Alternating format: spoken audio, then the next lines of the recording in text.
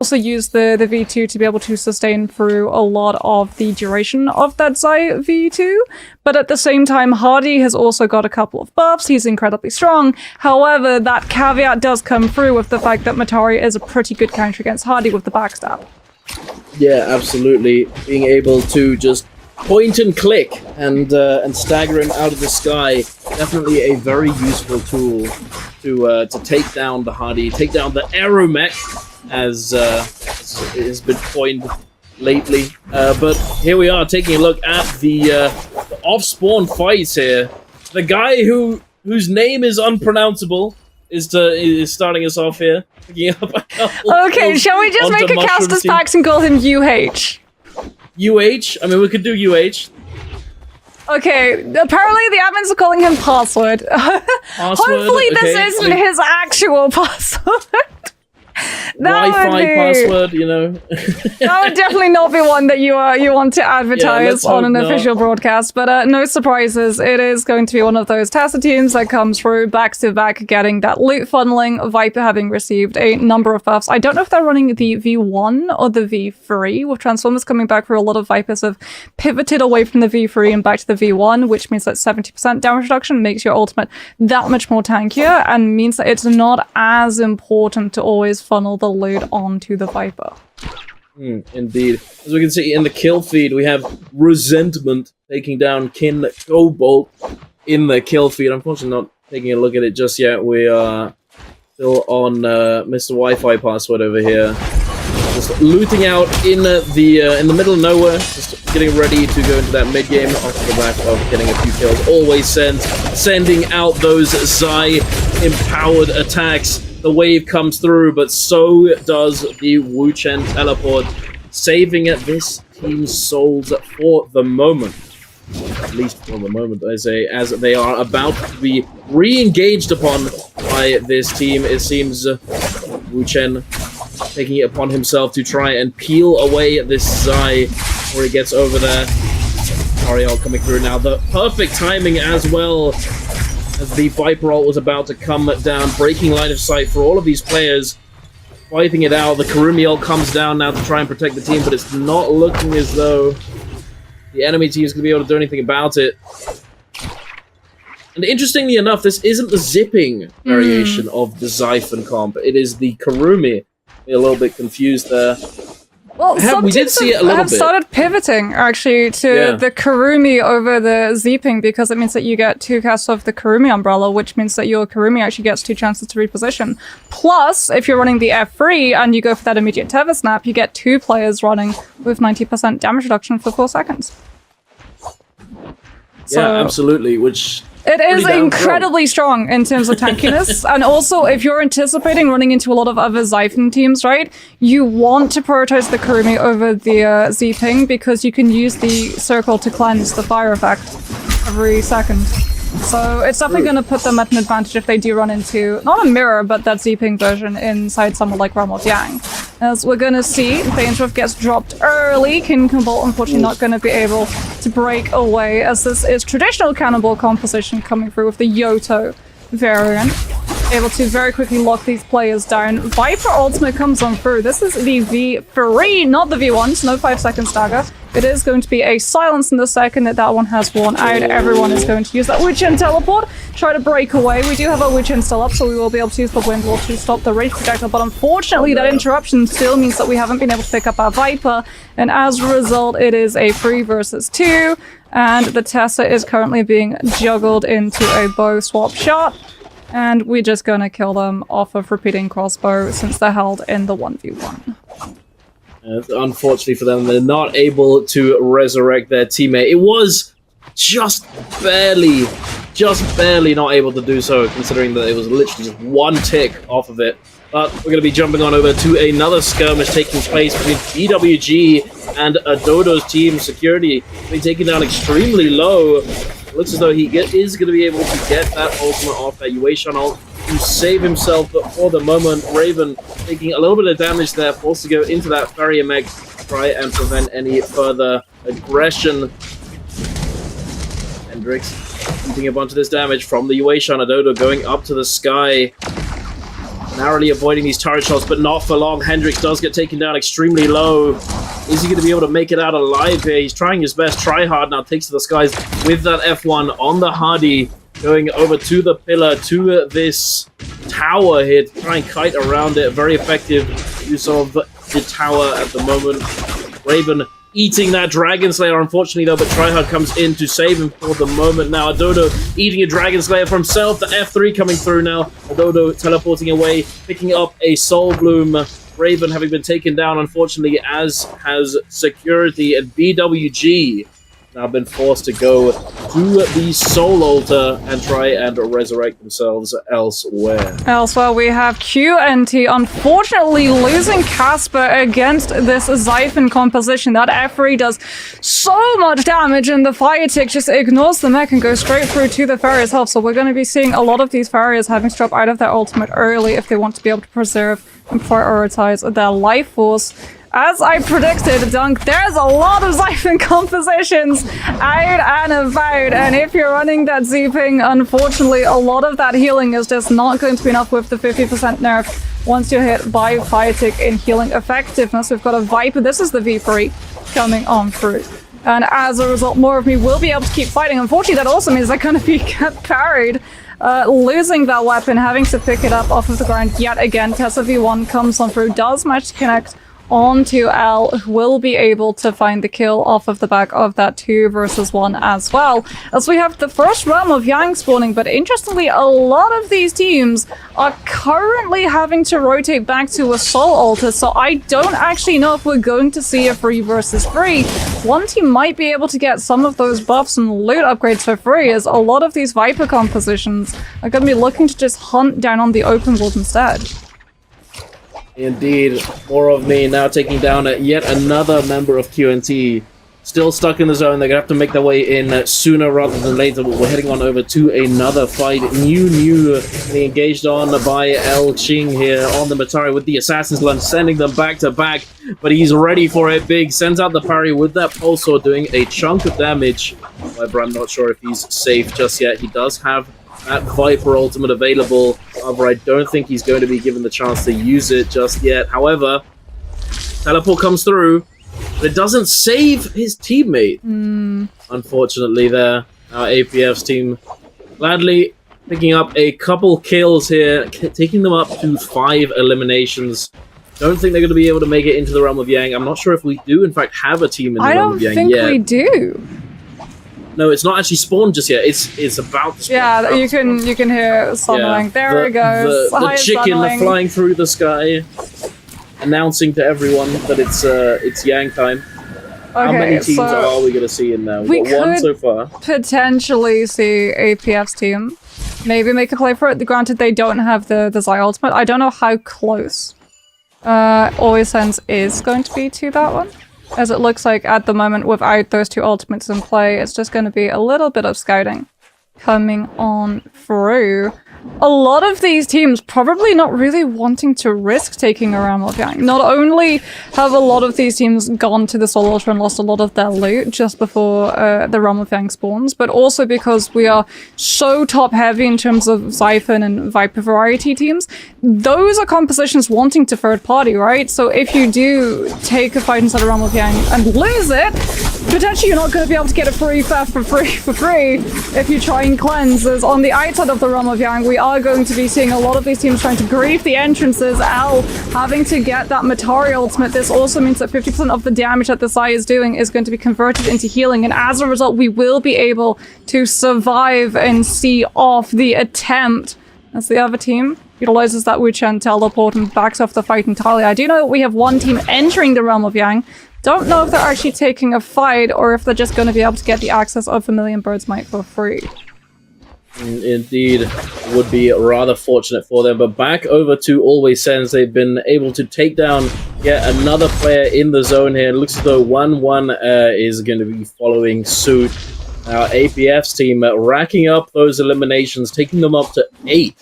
Now, quite a little bit of money in their pocket to on top of that. So they are going to be able to go to the shop, pick up a few, potentially a Soul Jade or 2, as the price has increased. Inflation is rough, as we all know. We'll have to wait and see. For the moment, Ellie back over here has been able to take down a couple other members of this team. Now going up to 5. The Xiphon comps are popping off, ladies and gentlemen. And rather expected, I have to say. The Xiphon comp is pretty strong. And although, I mean, it's hard to say, really. But I would say that it is a little bit easier to execute in a regional tournament, as the kind of communication and team play that's required to deal with Zai effectively is just something that somewhat lacking outside of the NBPL. You know, the NBPL, they're very experienced, very good as teams, and they know how to deal with these things. Yeah. But it's hard to. I don't think it's going to be the case in regional tournaments. You know, I mean, it is what it is, boys. It's not as good as them yet. You know? I mean, let's also remember as well, Zai F3's hitboxes is huge.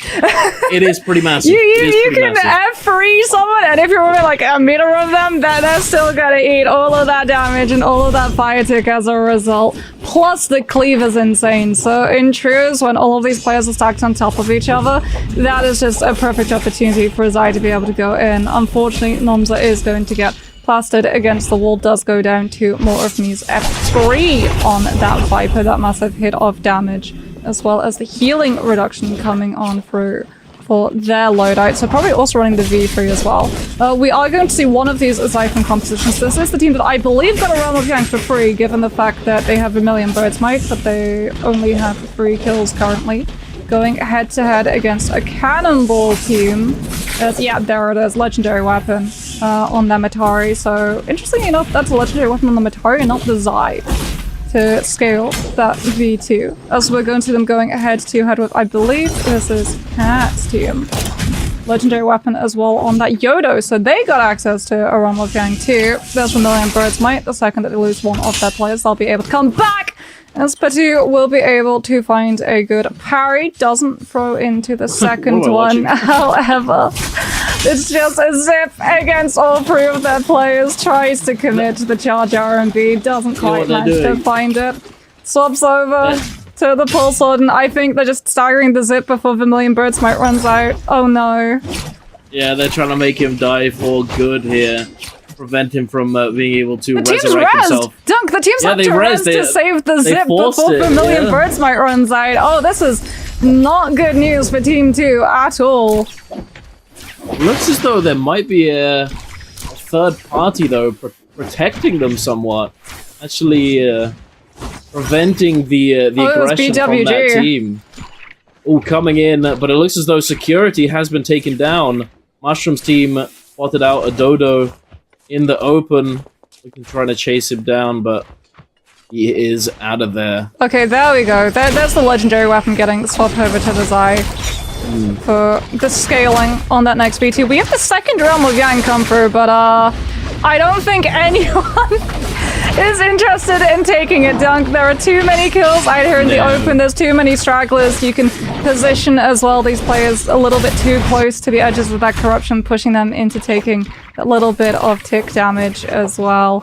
Witch and Teleport going to be burned out now from Resentment's team. I don't think they got spotted, as we do get to see the overhead map. There are those Realm of Yang spawns up. Looks like we might see one team, Team 1, thinking about taking it. Everyone else, however, very much still engaging on the fight in front of them.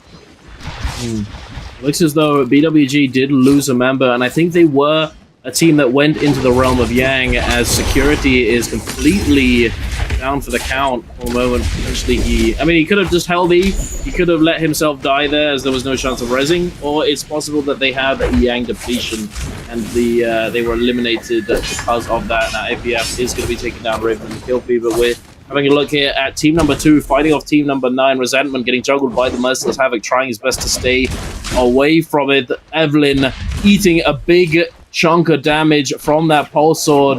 Resentment Resentment is going to be taking a little bit of fire damage from that cannon, and then grapple staggered in the zone.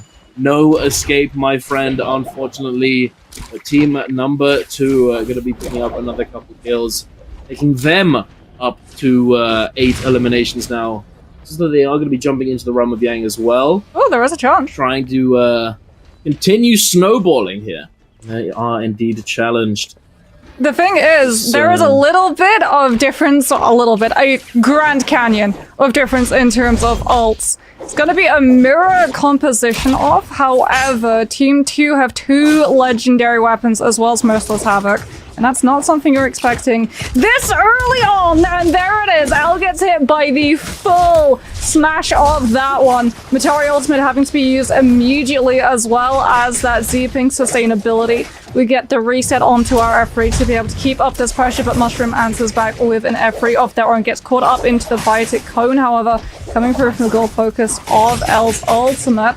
Unfortunately, Mushroom is able to do the exact same thing, catching out just as the Matari Ultimate burns out, and we lose the sustainability. And that is now going to be a Xiphon composition without that massive chunk of damage. And off of the back of that one, no surprises, Team 2, 2 legendary weapons for scaling of Mushroom's ultimate, as well as a Merciless Havoc this early on in the back pocket, because of the amount of kills that the composition is already up to, is sadly too insurmountable a gap. Indeed. Back to Mr. Wi-Fi password over here, engaging onto team number 12. The Wu-Chen port is going to come through, saving them for the moment, but is it going to be enough here? King Cobalt does get stunned up by that Tessa Charm. Now him and the Wu-Chen are going to try and just fully disengage, although it doesn't look as though he was able to break line of sight soon enough. Unfortunately, sending out those dagger LMBs, trying to stay on the move. The F1 comes through, Scale rushing up, holding blue yet again, just trying to break some ankles here. Sending out that Tessa ultimate, only catches one. He's getting tech chased down by the jump LMBs. The jump LMBs of death! And he does get eliminated. Fortunately, Solo did make it out alive. The Wu-Chen is still on his feet for the moment. However, a lonely Wu-Chen in endgame, not where you want to be. It's not the character that you want to be still alive. You're going into an endgame trying to stay alive as long as possible. As the longer the game goes on, the less valuable Wu-Chen ult becomes.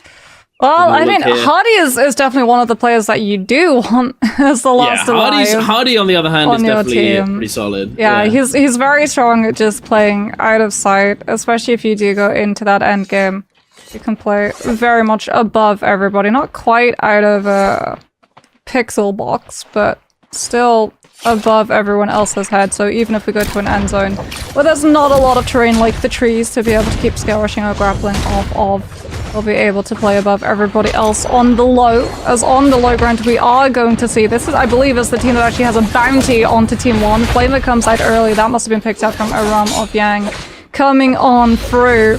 This is a Xiphon composition against a Viper team. Unfortunately, they don't have the Matari ultimate to be able to stop that Teva connection. And as a result, they're going to lose the Matari immediately. The focus fire just too strong. Potato goes down. Mushroom now clanking against that Z-Ping, forcing them off into the sidelines of this fight, trying to set up that 2 versus 1. The Zai tries to go for that F3 peel, won't be able to connect onto it, and now that Zipping is just swept up into the Merciless Havoc. Ultimate will be able to proc, we will be saved from one fatal hit, charges up the R&B on that fan, finds the connection onto Patu. Might be able to, with the charged verticals on this fan, start shredding through some of that armor, but unfortunately for a time is not the charm, and it is going to get read out and parried. Indeed, Patatu is on point there. Team number 2 coming in for that third party, taking them up to 16 eliminations. Definitely a really good spot to be in at the moment. There are only 10 players left alive total. I think that might be three teams and then 1 solo. We haven't seen that Tryhard get taken down just yet, so he might be the last. He might be that solo player in the top 10 here. Team number 3 taking a bit of damage here, forced to use that Kurumi ultimate to stay alive. The Tessa Charm is going to come through, but no capitalization upon that stagger. I think Team 2 is pretty happy at the moment. They don't really need to force a fight and risk a third party coming through and wiping the floor with them when they are at their weakest. If they just play the long game, chill for a little bit, they're definitely in the best position to be taking game number 1. Looks as though Solo is still alive, actually. We were talking about Tryhard before. Dodo is engaging onto Tryhard. It appears as though he's been able to resurrect Raven. However, team number 3 is on his tail, trying to take him down, and it's not looking too good. Unfortunately, Tryhard can't really do anything about this situation. He might be able to jump into the zone and resurrect him. No. However, it is zone number 4. The anti-healing immediately stacks up, and it does quite a bit of damage. It'll definitely be a rather difficult task. However, he might go for it. I think they're deciding whether or not they want to do so. It's got to He's decide have to soon, grapple though. into the zone. Because Raven is burning out fast. It looks like now the decisions come. It's too risky. It's too risky. You can see Team 3, they were looking to see whether or not Tryhard would try to go for it, and it's much better to just try and play for survival points and outlast some of these teams. Unfortunately, BWG without a single kill at the moment, so even if Tryhard is able to outlive and put himself into the last top 5 teams and get a kill multiplier, unfortunately, 1 times 0 is still 0, and so 2 is 2.5 times 0, so he's gonna have to try and snipe away some of those kills. Hardy ultimate is very strong though as zone collapses, because you can use the knockback to push players into the corruption tick. You can avoid a lot of the attacks coming through. Just have to be careful that you don't pop the Hardy ultimate when Matari ult is in play, because as we have discussed, Matari being able to backstab and immediately drop a Hardy to the ground to follow up into something like a Zai F3 is absolutely brutal. And it's just another reason why I would say Xiphon composition is probably one of, if not the strongest composition currently in meta right now.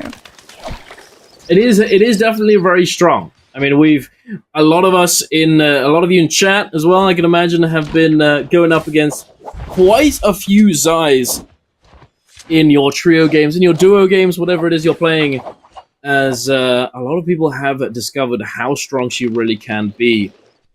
The thing is, she hasn't really received all that many changes. She's been very strong for a while. I think it just came down to finding the right composition for her. Yeah, the Matari, the fact that we actually saw V3, because when we actually started to see V3 Matari, everyone was like, wait, what? Matari back in trios, and it's V3?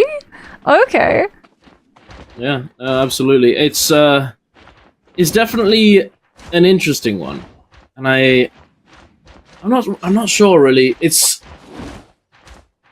hard to say why it took so long. You know, I mean, Matari didn't get changed. You know, Zai got a tiny buff a couple months ago, where she received a couple adjustments to her ultimate. I think it was just. I don't know.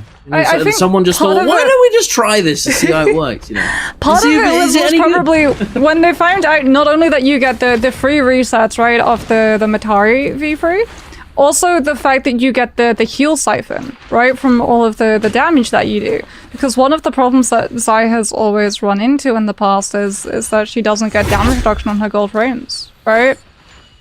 That's true. However, we've known that for a really long time. I think it might simply come down to the fact that Sand Siphon was Hendrix was starting to take Karumi instead of zipping. Yeah. You know? And I think zipping being available. Yeah, there was an interview. I think it was Wolves. They did an interview in MBPL, and they talked about the Zai coming through because they knew the economic state was going to change, right? That everything was going to get much more expensive.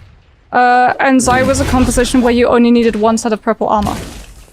Yeah, exactly, because you had the reset on the F1 from the zipping as well as the F3 from the Zai.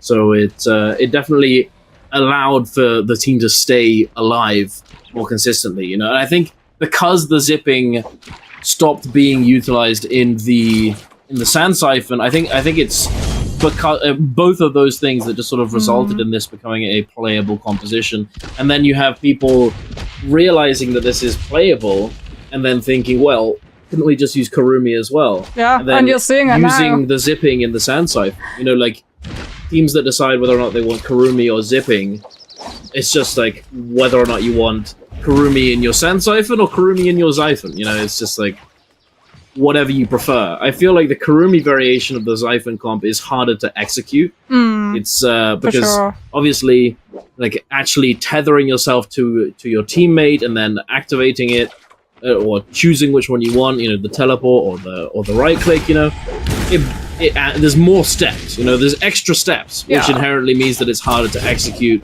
It's fluidly. A window as well, is the thing. Unlike the zip, where you sort of choose when you want to bubble, having that window, because when you break the tether, it is only 4 seconds that the 90% damage reduction applies. So if you get the wrong read of that window, you lose that cooldown, as we're going to be seeing these teams start to get aggressive. Xiphon versus Havoc comes on through. Mushroom is going to utilize the F3 to reposition away from that one.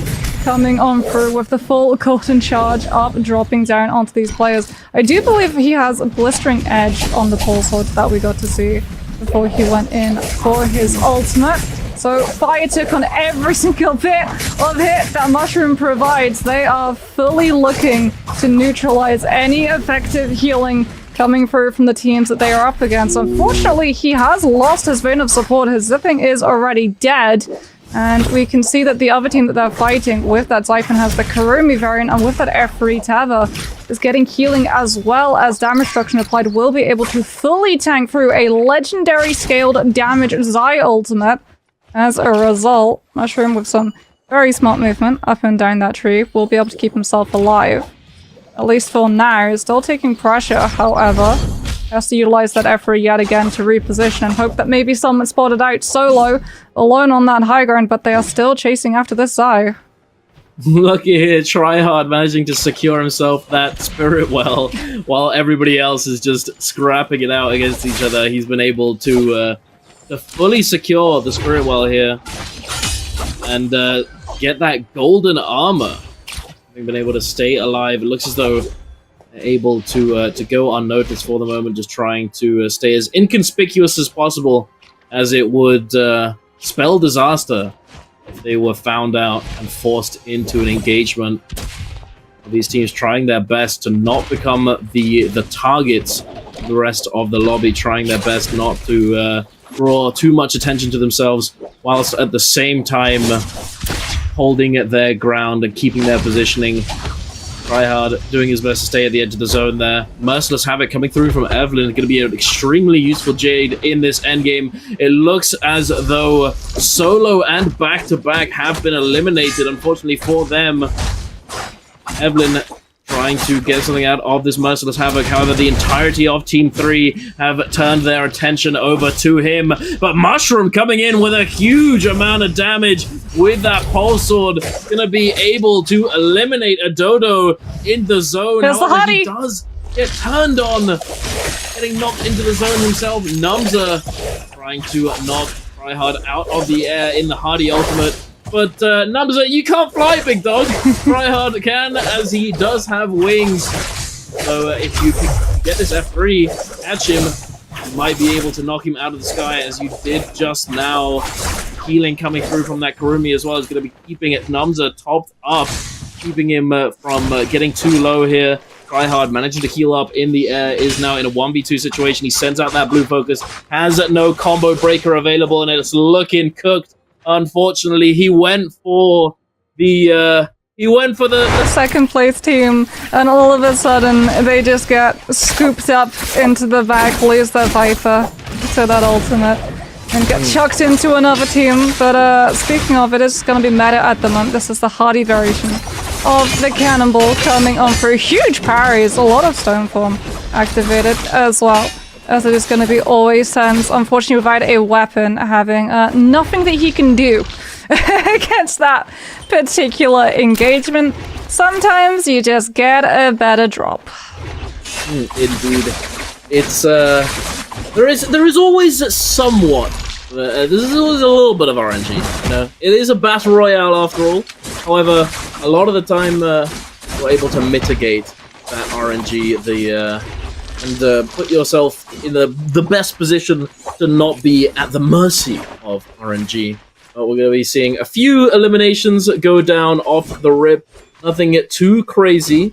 But looking at the composition so far, much of the same. We have the Yoto Cannonball composition. Newbie on that Yueshan. Firefly there, ready to go. It looks as though BWG are very close by as well. They seem to be very ready to take this fight. Tryhard looking to grapple in, but immediately staggered by Newbie, preventing that engagement. But Big, unfortunately, just not able to stay standing there. Just gets absolutely blended, eliminated, taken down very, very quickly. Tryhard using that F3, engaging onto Newbie, trying to lock him down. Yoto Hime coming through, healing for him. Tryhard now taking for this guy, is jumping up, getting grappled out. B going for that slam, unfortunately not able to find the connection. Raven with that Kurumi circle, putting it down to try and protect Tryhard here, and it looks as though they might be in a really good spot. The resurrection has not been called. He has now gone into soul form security, jumping into that Kurumi circle, able to get just a tiny bit more of the shield back. But the combo coming through from the Yueshan and the dual halberds, is it going to be enough to turn this fight? I'm not sure if it will be. Tryhard coming in with that F3, able to eliminate the Yueshan, and now it's a 2 versus 1. 1-1 is going to have that Yoto Hime ultimate up and running yet again. However, now going for that cancel. Tryhard on just barely not able to get that parry off onto sending out the blue focus, though. The F3 is going to come out. The F3 from Tryhard also in response. Goes for the jump parry, not able to find it just yet, but it's not going to matter. He is going to be eliminated. And BWG starting off a lot stronger than they did in the previous game. 3 eliminations under their belt already, and a cheeky purple armor on top of that. Kurumi Teva now comes on through. Looks like it's being used to actually try and find the revive onto Evelyn on that Takeda sitting in the middle of that Tumult ultimate. Evelyn will be able to be brought right back up. Unfortunately, that is not a transformer unit, so it will be still an absolute sliver of health, and almost immediately afterwards goes straight back down again. Numbs on that Zai, chasing on through, managing to find the connection with the chain scythe as we get horizontal into uppercut confirmed now coming through from the hang sword of Hendrix. However, R&B on that staff will be able to pick up the Kurumi. Huge parry comes on through, allowing the Kurumi to get that recovery. And now the reinforcements are there. The full team mobilizes, and that is going to be Mushroom going down in the 3 versus 1. Indeed. Hendrix's team bound to be pretty happy off the back of that. 4 eliminations under their belt, and another Kurumi variation to the Xiphon. I think the popularity is growing, and I don't know, I'm not sure which one really is the better version. You know, obviously, at the end of the day, I've talked about it many times in the past, how characters, weapons, whatever it might be, that require a little bit more execution, a little bit more precise execution, are inherently not as good as something that takes less effort. You know, like, we're all human. We're not robots. Even at the highest level, everyone makes mistakes. And if there's more room for error, then it inherently means that it has a higher chance of failing. Occur. Yeah. Yeah, exactly. So if the Kurumi variation of this composition is more difficult to execute, even by a slight margin, it could inherently be slightly worse. However, if the potential value is just that much greater, that could outweigh the potential errors that could take place. However, we'll have to wait and see. I don't think it's truly decided yet. No, I think teams are still deciding, and it very much as well differs based on which teams feel more comfortable on. For sure, as we get Bane's Breath being dropped. This is Team 5, however, looks like they're going to disengage out since they are getting challenged by multiple teams in the area. That is going to be a good silence on the F2, however, connecting on to New, and they should be able to get the kill onto New big off of the back of that one. Managing to find that isolated target and just instantly drop down and shred them. That is one of the benefits of the F2. It is the V1 as well. That is the normal combination of that ability as opposed to the V3 and F3 that some of these Vipers like going to. But again, that's all about personal preference and whether or not you want to use your silence on your ability or on your ultimate. As heading over to Sunwing, we have Team 9 currently going up against BWG Resentment. Not having that next Tessa V1 is going to be eating all of the charged R&D damage on those halberds. Will be able to get a good armor reset. Unfortunately, huge parry comes on through. Another armor swap immediately loses it. We get another armor swap, a huge parry, this time from the Tessa, and suddenly it's turned against BWG. Resentment was able to do so much and occupy so much attention that Yogurt was just free to throw in all those charged verticals on the pan. Oh my lord, that's rough. That's a feels bad right there. Double armor swaps into the Soul Blooms, is not able to finish off that kill, and because of that, I think that was the reason why the call was made not to use the ultimate either. You know, like this guy is he's just not dying. We can't wait. Is it really worth using the ult here? I don't think it was. Unfortunately, they do get eliminated, but they did have their soul, so I think they will be able to resurrect themselves shortly enough. However, taking a look here, Cat's team able to pick up a few kills themselves, taking themselves up to 6 eliminations total. A pretty good spot to be in this early on in the game. Team number 3 and 7 fighting out here. The Wuchen port being called for, taking them out of danger. Kishi having been taken rather low, forced to use that resource. Looks as though they have been able to create enough distance for themselves. And I think Team 3 actually went deeper into zone. Oh, really? Okay. Yeah, Team 3 thought that they teleported into zone, but actually headed further into zone as opposed to where the team actually teleported to, which was behind the cliff face and then swerving left before retracing their steps right with the least place that you expect them to be. Very smart kiting coming through from them, as unfortunately DCRKK on the Z-Ping is able to get the ultimate off before the V3 silence can hit. As a result, the zip will live a little bit longer, but that ultimate is immediately going to pop, and the zip almost immediately afterwards goes down. Indeed, the Wuchen port it again. Ooh, DRCKK is going to get locked up by the Tessa ultimate. Very low now. Resentment does get peeled off for the moment. He's trying to chase him down. The Zaya ultimate in the corner. Is he going to survive that? We'll have to wait and see. It looks as though no, he does get taken down, but so does DCR, and so does DCRKK. But we're going over to the realm of Yang, the exciting realm of Yang, ladies and gentlemen. Elshing, having taken a little bit of damage on that shield, is going to be able to find the moment to heal up, but immediately losing it back on the engage. Patatu now forced to use that Kurumi ult, and Elshing, oh, that's not what you want. Not what you want, big dog. Not using your ultimate in that spot is a bit of a blunder, I have to say. APF using the I think it was the it was the cube. It was the cube. Yeah. The cube from the Hardy to disengage, and then immediately jumping into that Fairy Mech, trying to heal up as much as he can before it does expire. We're going to get a little bit of value sending out those rockets. The turret mode now engaged. But I don't think it's going to be enough here, considering that it's a 3v1 now. APF a bit of health left to play with, but it's looking pretty rough. The F3 comes out. Again, just too little too late. The Yueishan, having not used that ultimate before his death, was really the last nail in the coffin. You know, you just in that kind of spot, there's nothing you can really do. We're immediately having to take a fight though. Team 6 laid on wait for Team 2. Hanaro, however, have to take a fight against a team that won a Realm of Yang and now have a legendary pole sword. Well, the Sticator is going incredibly low. The Flamer comes on through from Patatu. So we do get that Yoda ultimate coming on through the second that it has been burnt out into the Mercury top to be able to reposition.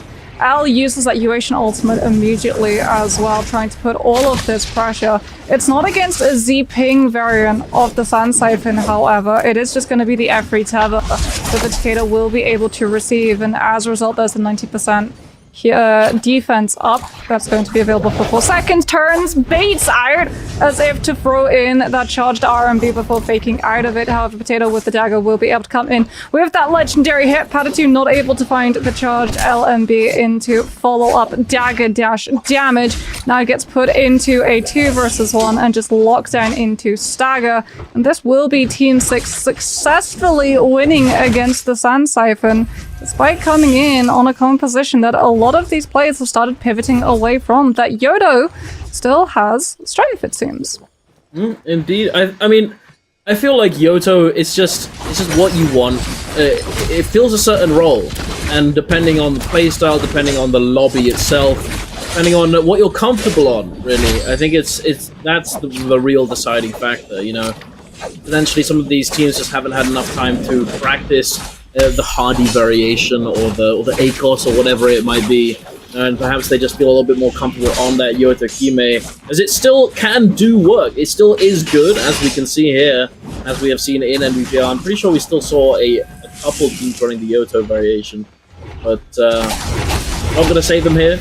Team at number 5 are going to be able to take this, take 3 eliminations under their belt, now going up to 4 on that blind date comp here. What is this? We traded one name for another confusing name. How like okay. But Bully Geo. Also another thing.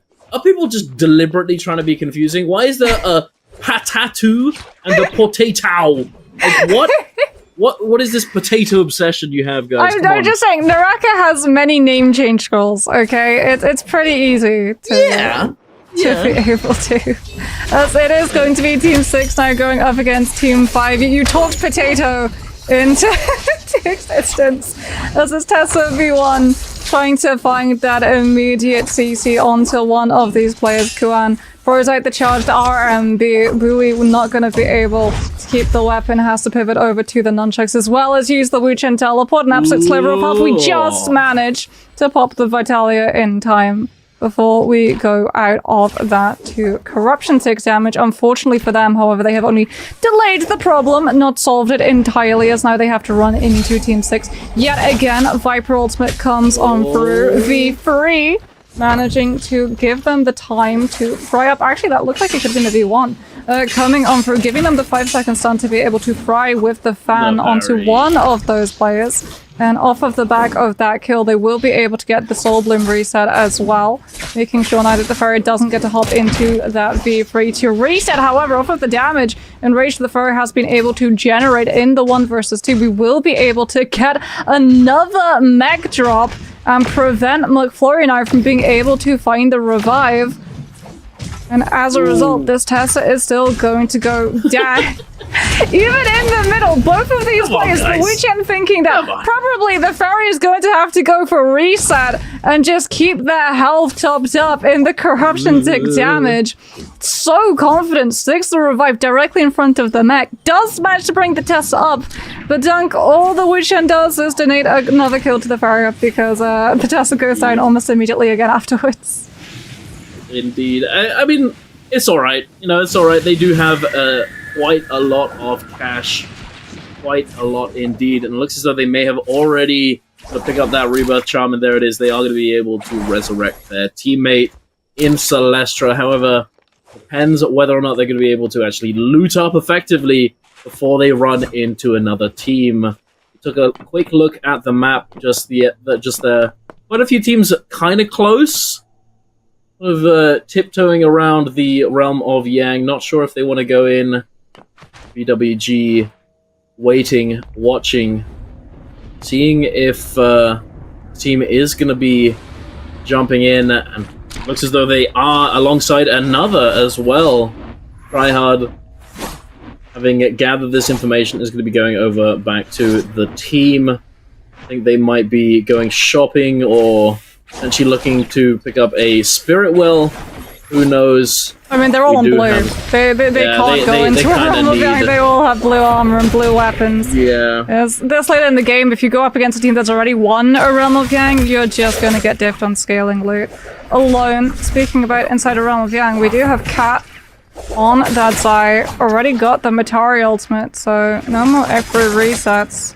Efru have already been used. We've still got the ultimate. We will be able to find a huge hit of fire tick damage. Karumi ult now comes through to be able to cleanse the majority of that. Nunza looking to try and absorb the pressure. Currently sent out onto a Dodo. It's now turned against the Zai. We lose the armor. Hop over onto that Hangsword out of the ultimate. Get an F3 to connect onto two players on the other team. Looking to drop down with the charged RMB on that Hangsword. And just keep pressure up on the sidelines. Trying to keep the Pulse Sword in stone form, so they don't get to referee and run around on the outside of this fight with the charged RMB, threatening Team 11 to have to turn around and look for that parry. 2 versus 1 onto Hendrix will be able to confirm the victory, and Team 11 got a little bit dicey in the midsection when Cat lost the ultimate, but still able to pull through. Indeed. And picking up yet another golden weapon and purple armor. Cat now grabbing himself that golden fan. Gonna be doing a lot of damage with that Zai ultimate. Now, it is a Yang depletion situation. We have a team in need of Soul Blooms. Back over to Potatau. Getting it mashed by team number 8 here. APF and co. Able to eliminate him in a pretty unwinnable situation. Unfortunately, 1 versus 3. It is it's pretty rough. It looks as though Team 8 are just going to take a chill, you know, just chill in the bush, wait and see if the teammates of Potatau are going to be making their way over to try and resurrect him, but it doesn't seem as though that will be the case. Now, going over to loot up, I don't know, we do have a fight starting up between Dodo and BWG. There we are on the Spirit Well, as I suspected. BWG heading on over to that, as opposed to going for the Realm of Yang. Armor swap coming through for Tryhard alongside the Karumi on a huge Zai wave, though, coming in, doing a lot of damage, holding them in place for a moment, buying themselves a little bit of time. Adodo sending out those fan RMBs. Matari ult has been used. Going to be expiring very shortly. Both Karumi ults as well. There are a few Firefly spawn locations in the vicinity, so they might be able to grab themselves a little bit of rage to top themselves back up. Team number 3 definitely need to try and find a way back into a fight here, as they do have Yang depletion ticking away. I mean, it was away. 2 teams with Karumi is the problem. Yeah, both it of becomes those hard. teams had really heavy-hitting Zai ultimates, but both teams had the Karumi, so no one died. And as a result, Team 3 just has to back off. They were hoping, when they kited over to the Spirit World, to run into a team, because like you said, they're under Yang depletion. They're having to take rotations where they think they're going to meet other players. They've been able to run into Team 1. Actually, I think this is a lone player from Team 1. Indeed. Which is good news, partially, for Team 3. It means that they get a kill very, very quickly, so one of their players is going to be able to cleanse the Yang depletion. However, since it is a solo player, 2 of them are still going to be stuck with that depletion. Ooh, wait. Team 1 does have another member on it, back to back. Yeah, back to back is there. The problem is, has Team 3 spotted back to back? They do have enough money, 29,721 coins, to potentially pick up one of their players. The problem is, I'm not sure if there's Rebuff Charms left in the boxes. And none of their players were down when Spirit Well was up, which means that they weren't able to pick up the Rebuff Charm that drops there. Was the BWG did secure the yes, BWG got the Spirit Well, yeah. It is, so there's a Rebirth Charm there. So if one of them lets themselves die, they could use that Rebirth Charm, and if there is one Rebirth Charm left in the shop, they might be able to get the full team back. However, they're able to actually do it. You know, it's on paper it's possible, but actually getting it all done and then looting up and then staying alive afterwards, it's not all that easy. Looks as though they're going for this fight, though. Hendrix using a lot of health there, now using that Karumi ultimate to try and stay alive, cleansing the fire damage just in time. Is it going to be enough? So unbelievably low. Tryhard able to come in, but Patatu is going to be coming in and stealing away the kill. Adodo now going over to that rebirth charm. We just he got the rebirth charm. Yep. Oh no! The base rift drops on top of the soul. Is he going to make it out? He has to kite away. Don't. He got the rebirth charm, but he wasn't able to use the soul ulti because of the Bane's Breath and the team's chasing him. The good news is the teams are still looking at each other, so they're going to let him take the disengagement and probably kite over to a different soul ulti. As BWG not happy that they got one of those kills stolen away, security's gonna go down to Always Sends on that Hardy. It's powder 2. With the greatsword actually, rather than the pulse sword. You're gonna be super happy to see that one in play, Dunk. I am indeed. Is it gonna spell the demise of BWG here, having already used that Kurumi ultimate? They do have Mystic Might. They do have a bit of a defense buff, and they have information telling them where all of these players are. However, I don't think it's going to be enough to save them from the onslaught of team number 2 here. The cannon shot is going to come through, taking away at his health bar now. Tryhard, a very bad spot, and it's not winnable. It's not escapable. He is going to be eliminated.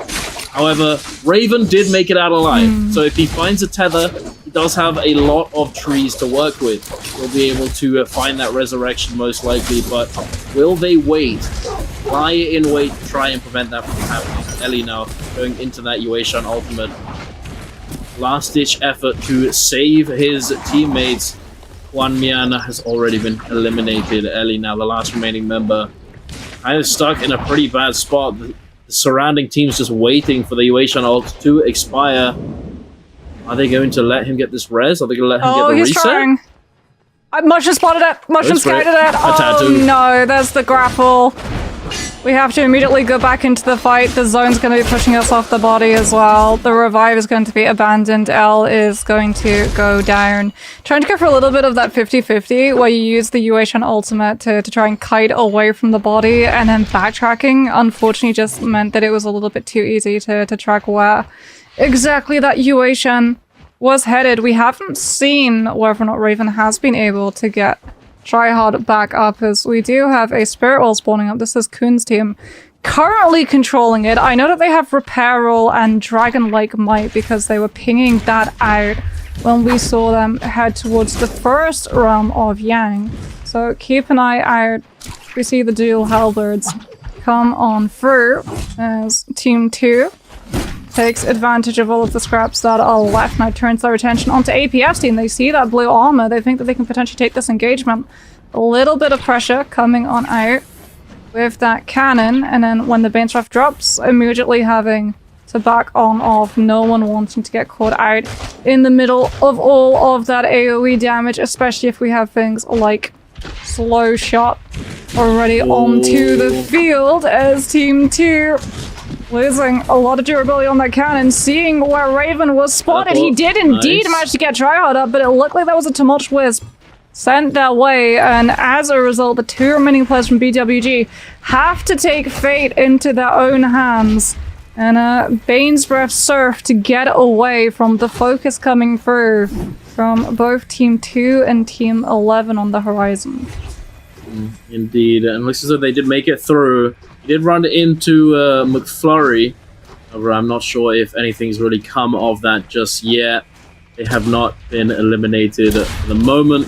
Team number 2 looking to apply pressure to Team 11 here, sending out those cannon shots. All 3 members are burning now, ticking away at those health bars. The F3 from the Zai is going to come through to try and create a little bit of distance. They're forced to relocate now, and Team number 2 has managed to secure themselves a nice little bit of real estate at the edge of the zone.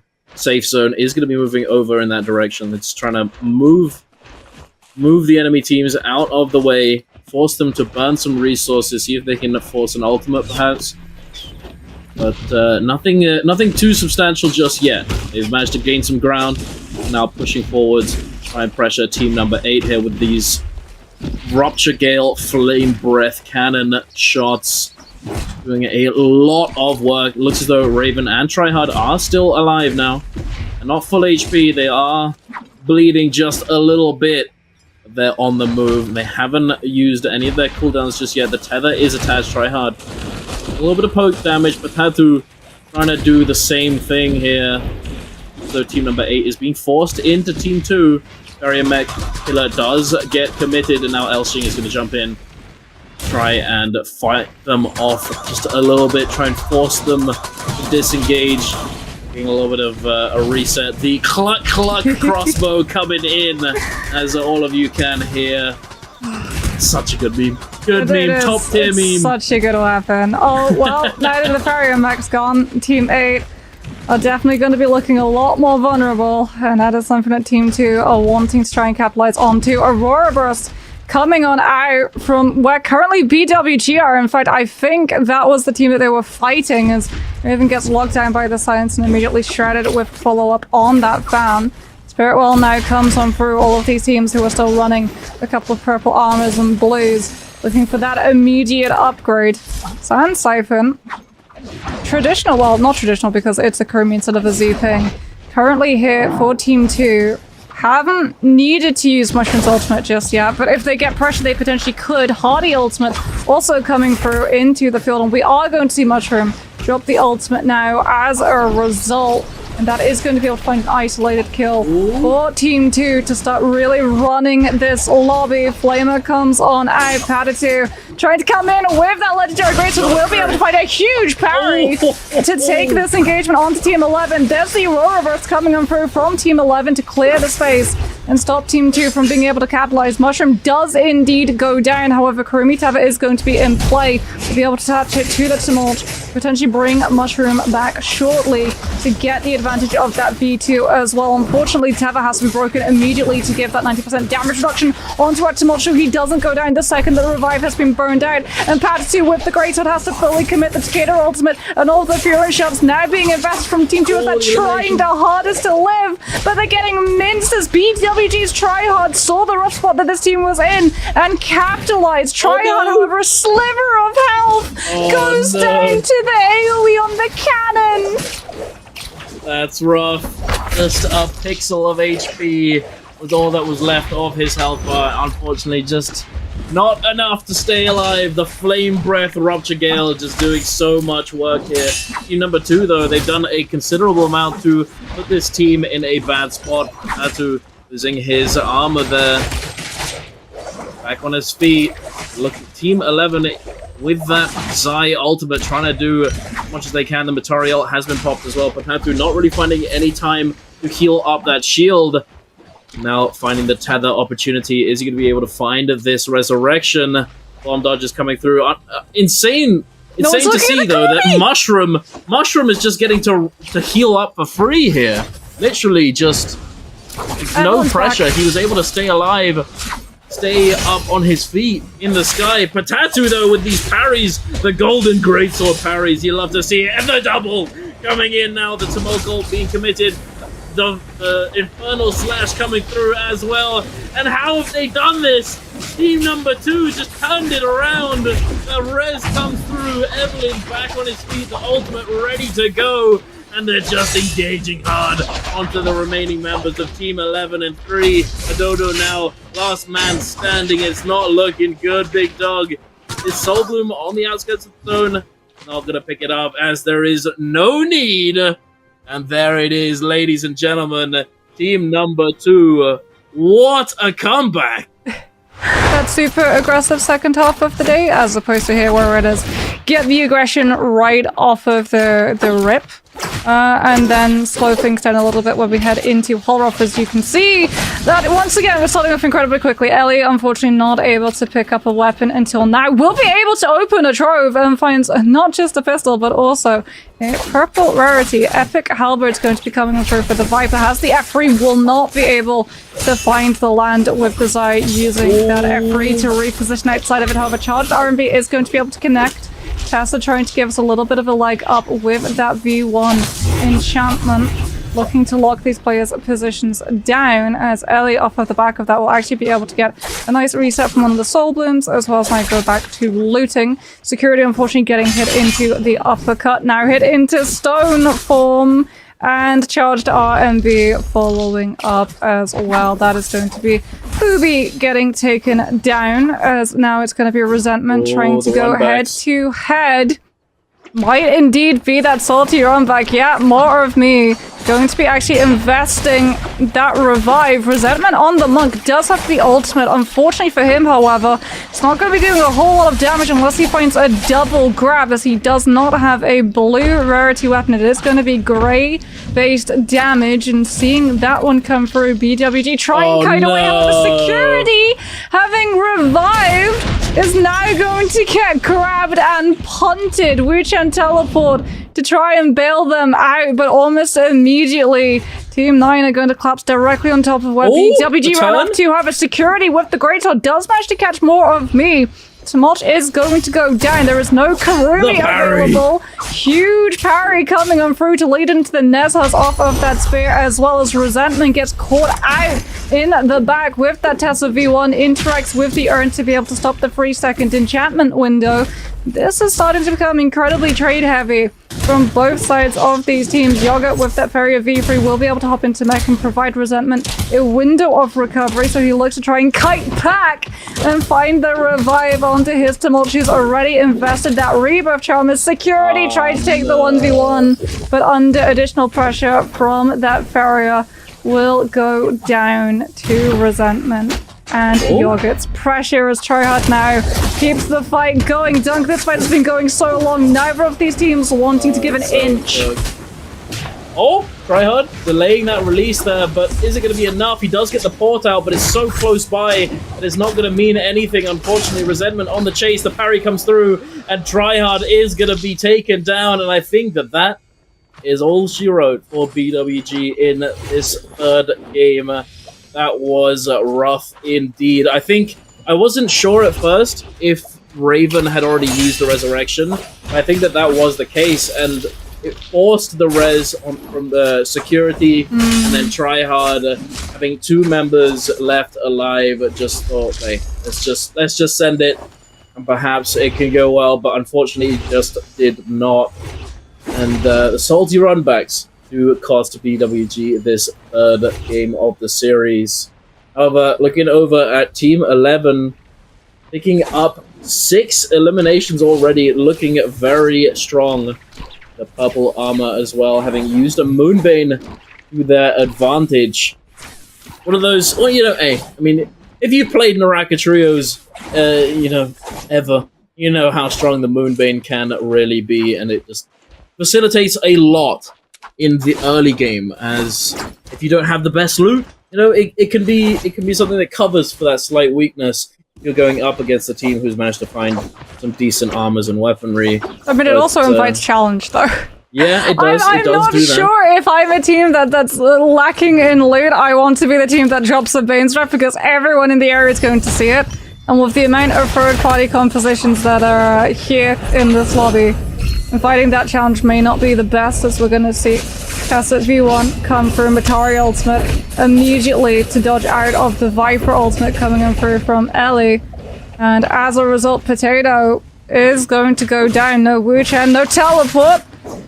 No worries. Bane's Breath comes on through from Team 5, having waited for the other team's Bane's Breath to have evaporated. Only one's Bane's Breath can be dropped on the map from one team at any time.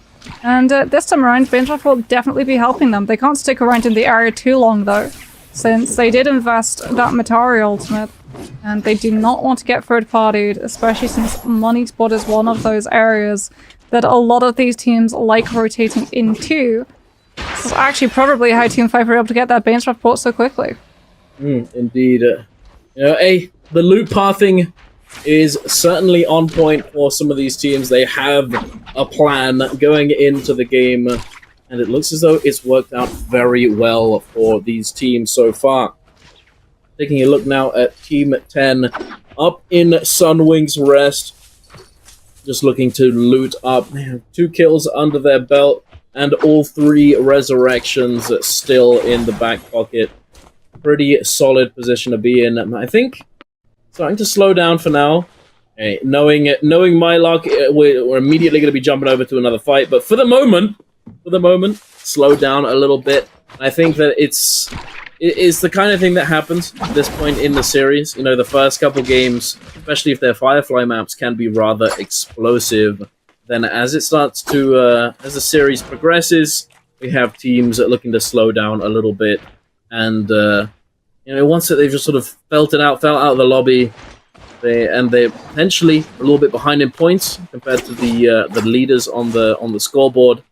Or perhaps they've already accumulated a decent amount and they just want to have a consistent game. Looking to try and chill a little bit, we've already done well, we've already done decently. Let's not push our luck. But we're going to be jumping on over to QNT over in the desert. Having already used their resurrections, this fight could spell disaster for them. Casper getting quite a lot of his shield taken off there. Matariel coming through the F3 and the Zai ultimate as well. All being used at the same time here. Casper trying to create some value, try and protect his teammates. Looks as though Hendrix might be in a pretty rough position, and there it is. He does get taken down. Casper turning around, sending that parry, managing to find it. Numza now using that last Tessa charge he had left over. Going for the overhaul, finds the damage there. Kishi eating a lot of damage there, able to get that ultimate off from the zipping. Is it going to be enough to save the fight? It might just be. It was almost turned. Unfortunately, not going to save them. They do call for that resurrection. Wu Chen is going to come in and save them, teleporting them to safety. But at least, at least for the moment. They're on the chase. UNT is temporary spotted them safety. out. Yes, just They for the may moment. run into a different team. Which, It's not looking too good. yeah, it's really not looking too good. Thankfully, they were able to break away from Team 7 before. They were able to come in for the revive kite over to the no ult zone, as well as one of them is unfortunately going to have to take the fight and try and give a slightly larger buffer window for the other two teammates to create more distance between themselves and the Xiphon composition, as we have a Realm of Yang, which is probably one of the reasons why they felt confident trying to go for that disengaged kite play, right? Because they probably weren't going to run into some of these other teams as inside the Realm of Yang. We have Xiphon going head-to-head with Transformer.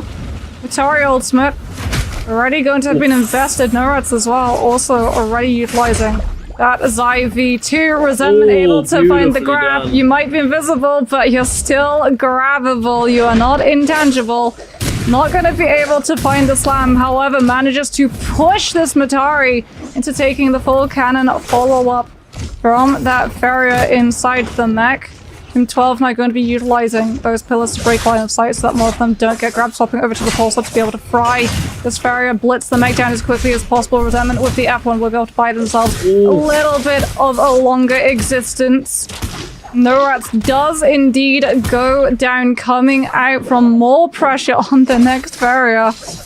As a result, it's now going to be, it looks like a 2v2, make that a 2 versus 1. Yogurt able to come in with the fan, the charged R&B, turning it around.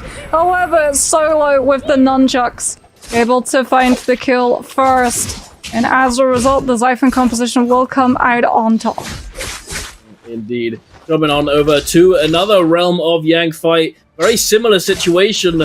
Now down to the last 1v1. But Cat, with that F3, is going to be finishing it off and winning it for his teammates with that F3 on the Zai. All three members with purple armor in a very good spot already. It looks as though we're going to be jumping on over to the outside. QNT, not sure if they managed to chase down all of those players that they were chasing before we jumped over to the Realm of Yang.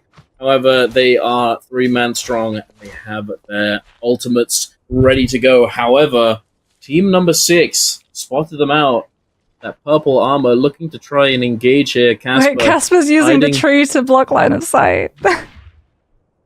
and he's just gonna go unspotted. The sneaky Casper play. Not really looking to fight here.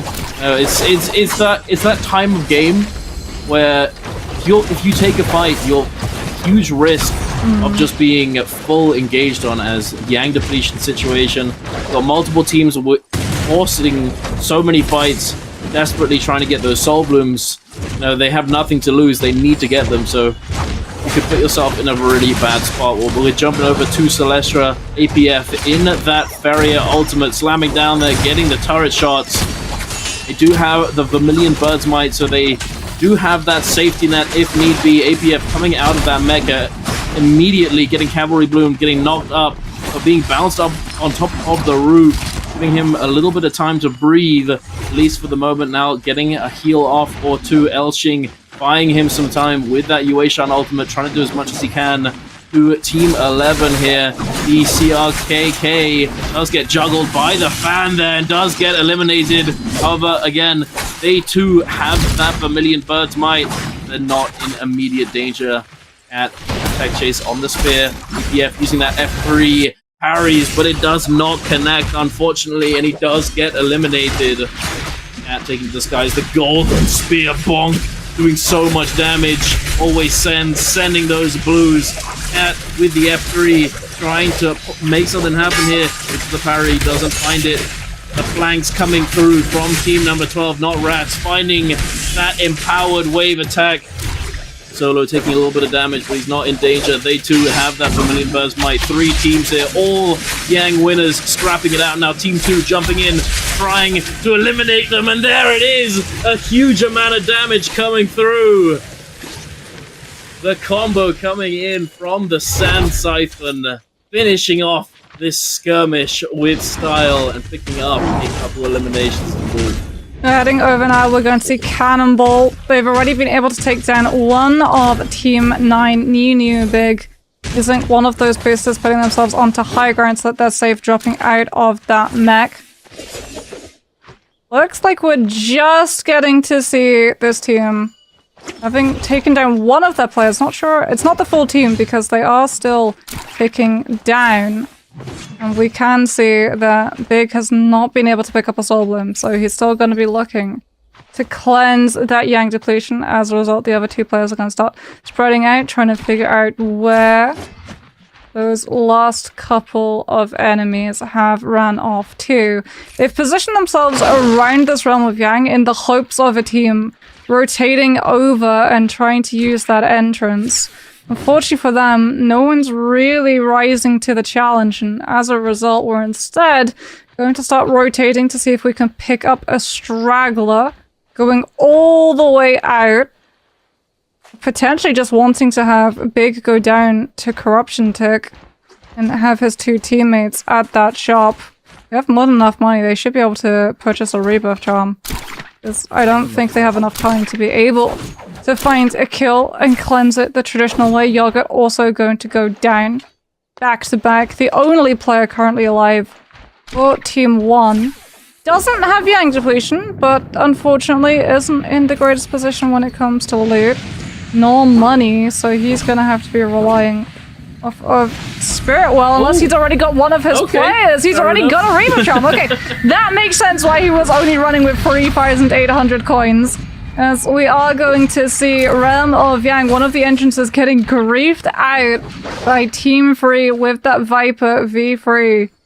Not allowing a full engagement as APF's team probably wanting to look for a third-party engagement onto this as well. Numbs are going incredibly low, already having to use the F1 on that Tessa to just push the players away. Setting Hendrix up for that WeChan teleport, will be able to reposition and get our Tessa out as APF's team instead turn on the team that do not have the get out of jail free card. I haven't seen anyone come up in the kill feed though, Donk, so that fight's still going on.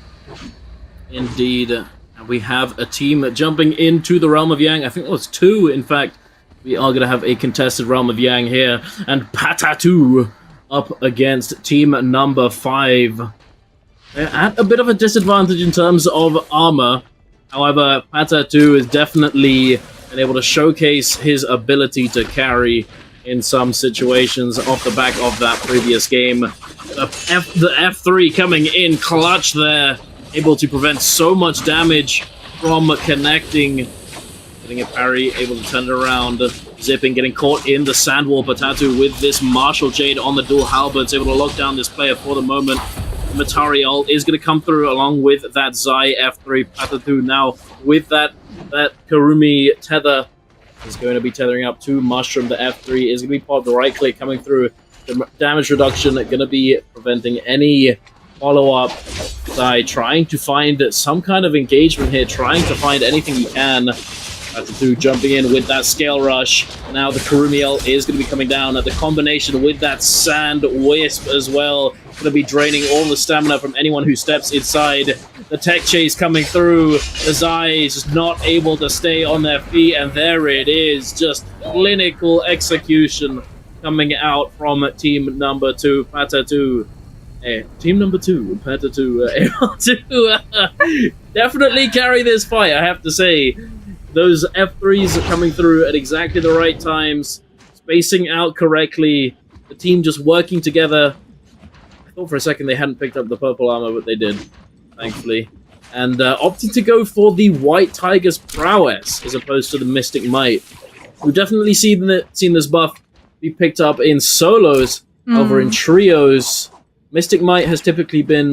well, they knew that there was a team in the area, right? Because there was a fight going down when they actually entered the realm of Yang, and you can see that they are scouting to figure out where exactly that team has gone. They actually miss seeing Team 6. Team 6 is a little bit further away. And unfortunately, without that Mystic Might not having that read on the players within those radiuses, they instead now have to kite the traditional way. Potentially they can ring Bell in a Shipwreck to see if they can find some players. But at the moment, it looks like when we have 27,000 coins, we are going to probably roll for some armor upgrades as well as some Soul Jade upgrades. Although we do know that martial art hook form is going to be in play for Patatu, which he was using to such devastating effect inside that realm of Yang. Heading over now to look at Kuhn's team. They are just dealing with the straggler, it seems, resentment alone. 1 versus 3, not a lot that one player from Team 9 can do, as all of these teams slowly chipping away at stragglers or trying to take advantage of the aggression that teams with Yang depletion are going to be forced into, or just playing the long game, Dunk, and going to a dealer's and rolling so they can get their hands on some of these Soul Jades or armor upgrades and have a Soul Jade of Destiny to be able to referee. Here's Mushroom's team. They did indeed end up taking a fight. They've still got that White Tigers as well. Tumultuous Ultimate immediately going to be isolating any potential disengagement coming on through from Team 5. Potential third party also showing up on the minimap on that right side, as well as Evelyn on that Takeda does go a little bit lower. However, that armor circle from Patatu will be able to keep everyone healed fully on up, as we have the Rampage coming on through on this legendary Hangsword. Fight's going on a little bit too long. Mushroom repositioning, wanting to get a heal off. They've seen that third party come through, and without the Tumultuous Ultimate to stop it, they just dip out of the fight entirely. This is a team playing for full survival into end zone. Especially, they've just their buff is about to run out. They have no ultimates. It's just not really worth to try and stick around, as they know the desperation is bound to be kicking in. Team at number 5 desperately trying to get these soul blooms, trying to cleanse this Yang depletion, but it is not to be. The opportune third party coming in from Team 3, Namza, Hendrix, and Harime, able to take full advantage of the situation, coming in at the right time. Very nicely done, picking themselves up a few kills and quite a bit of money as well. Going to be able to go over to that shop, that Rift dealer, and buy themselves some cheeky Soul Jades, perhaps. I'm not sure if a golden armor is still available, as Cat, I'm pretty sure he had managed to pick it up. Speaking of engaging on to this member, Ellie is getting juggled, not able to stay on their feet. It's cooked for him. He does get taken down. DCRKK still on the chase. Finds Team 2 here. The rotation has brought them together. It looks as though a member of Team 6 is going to be able to fully disengage, having not been spotted out by Team 2 there. As though APF hiding atop this tree is also going to go unnoticed by Team 11. Very fortunate for him. Ooh, something that's not unnoticed by Team 11, though, is a Dragon's Roar. I guess it's no Dragon's Roar when you have the Nun Clucks skin. Chicken's Raw. Rooster's crow Sunwings is what I like calling it. It sounds a little bit more majestic than just chicken. It's also probably one of the most tilting things ever when you get hit into a full meter dump and you just hear the squawks and there's nothing you can do. Right? Yeah, Especially if they go the 180, if they charge up the blue and then 180 swing it to turn onto you only when it's in gold frame and you can't parry it. So if you don't have a combo breaker, much like the chicken, you just get cooked. Indeed, Southern Fried. Taking a look over here at team number 3, Numza off the back of picking up those kills in the third party. Being put under a little bit of pressure. Team number 2, but nothing major. Able to just disengage. Now it looks as though a lot of these teams, we do have 17 players left alive at 8 minutes left of the game.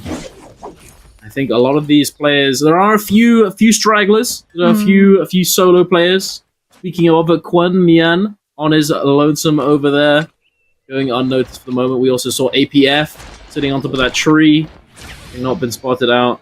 Team 11 going for a little bit of a shopping spree. They are in the zone. It's moving. Yeah, move, guys. Come on. Okay. Not moving too quickly. They're all right. They're all right. They have the zip. If they really need to move, they have the zip to get that extra tap dodge.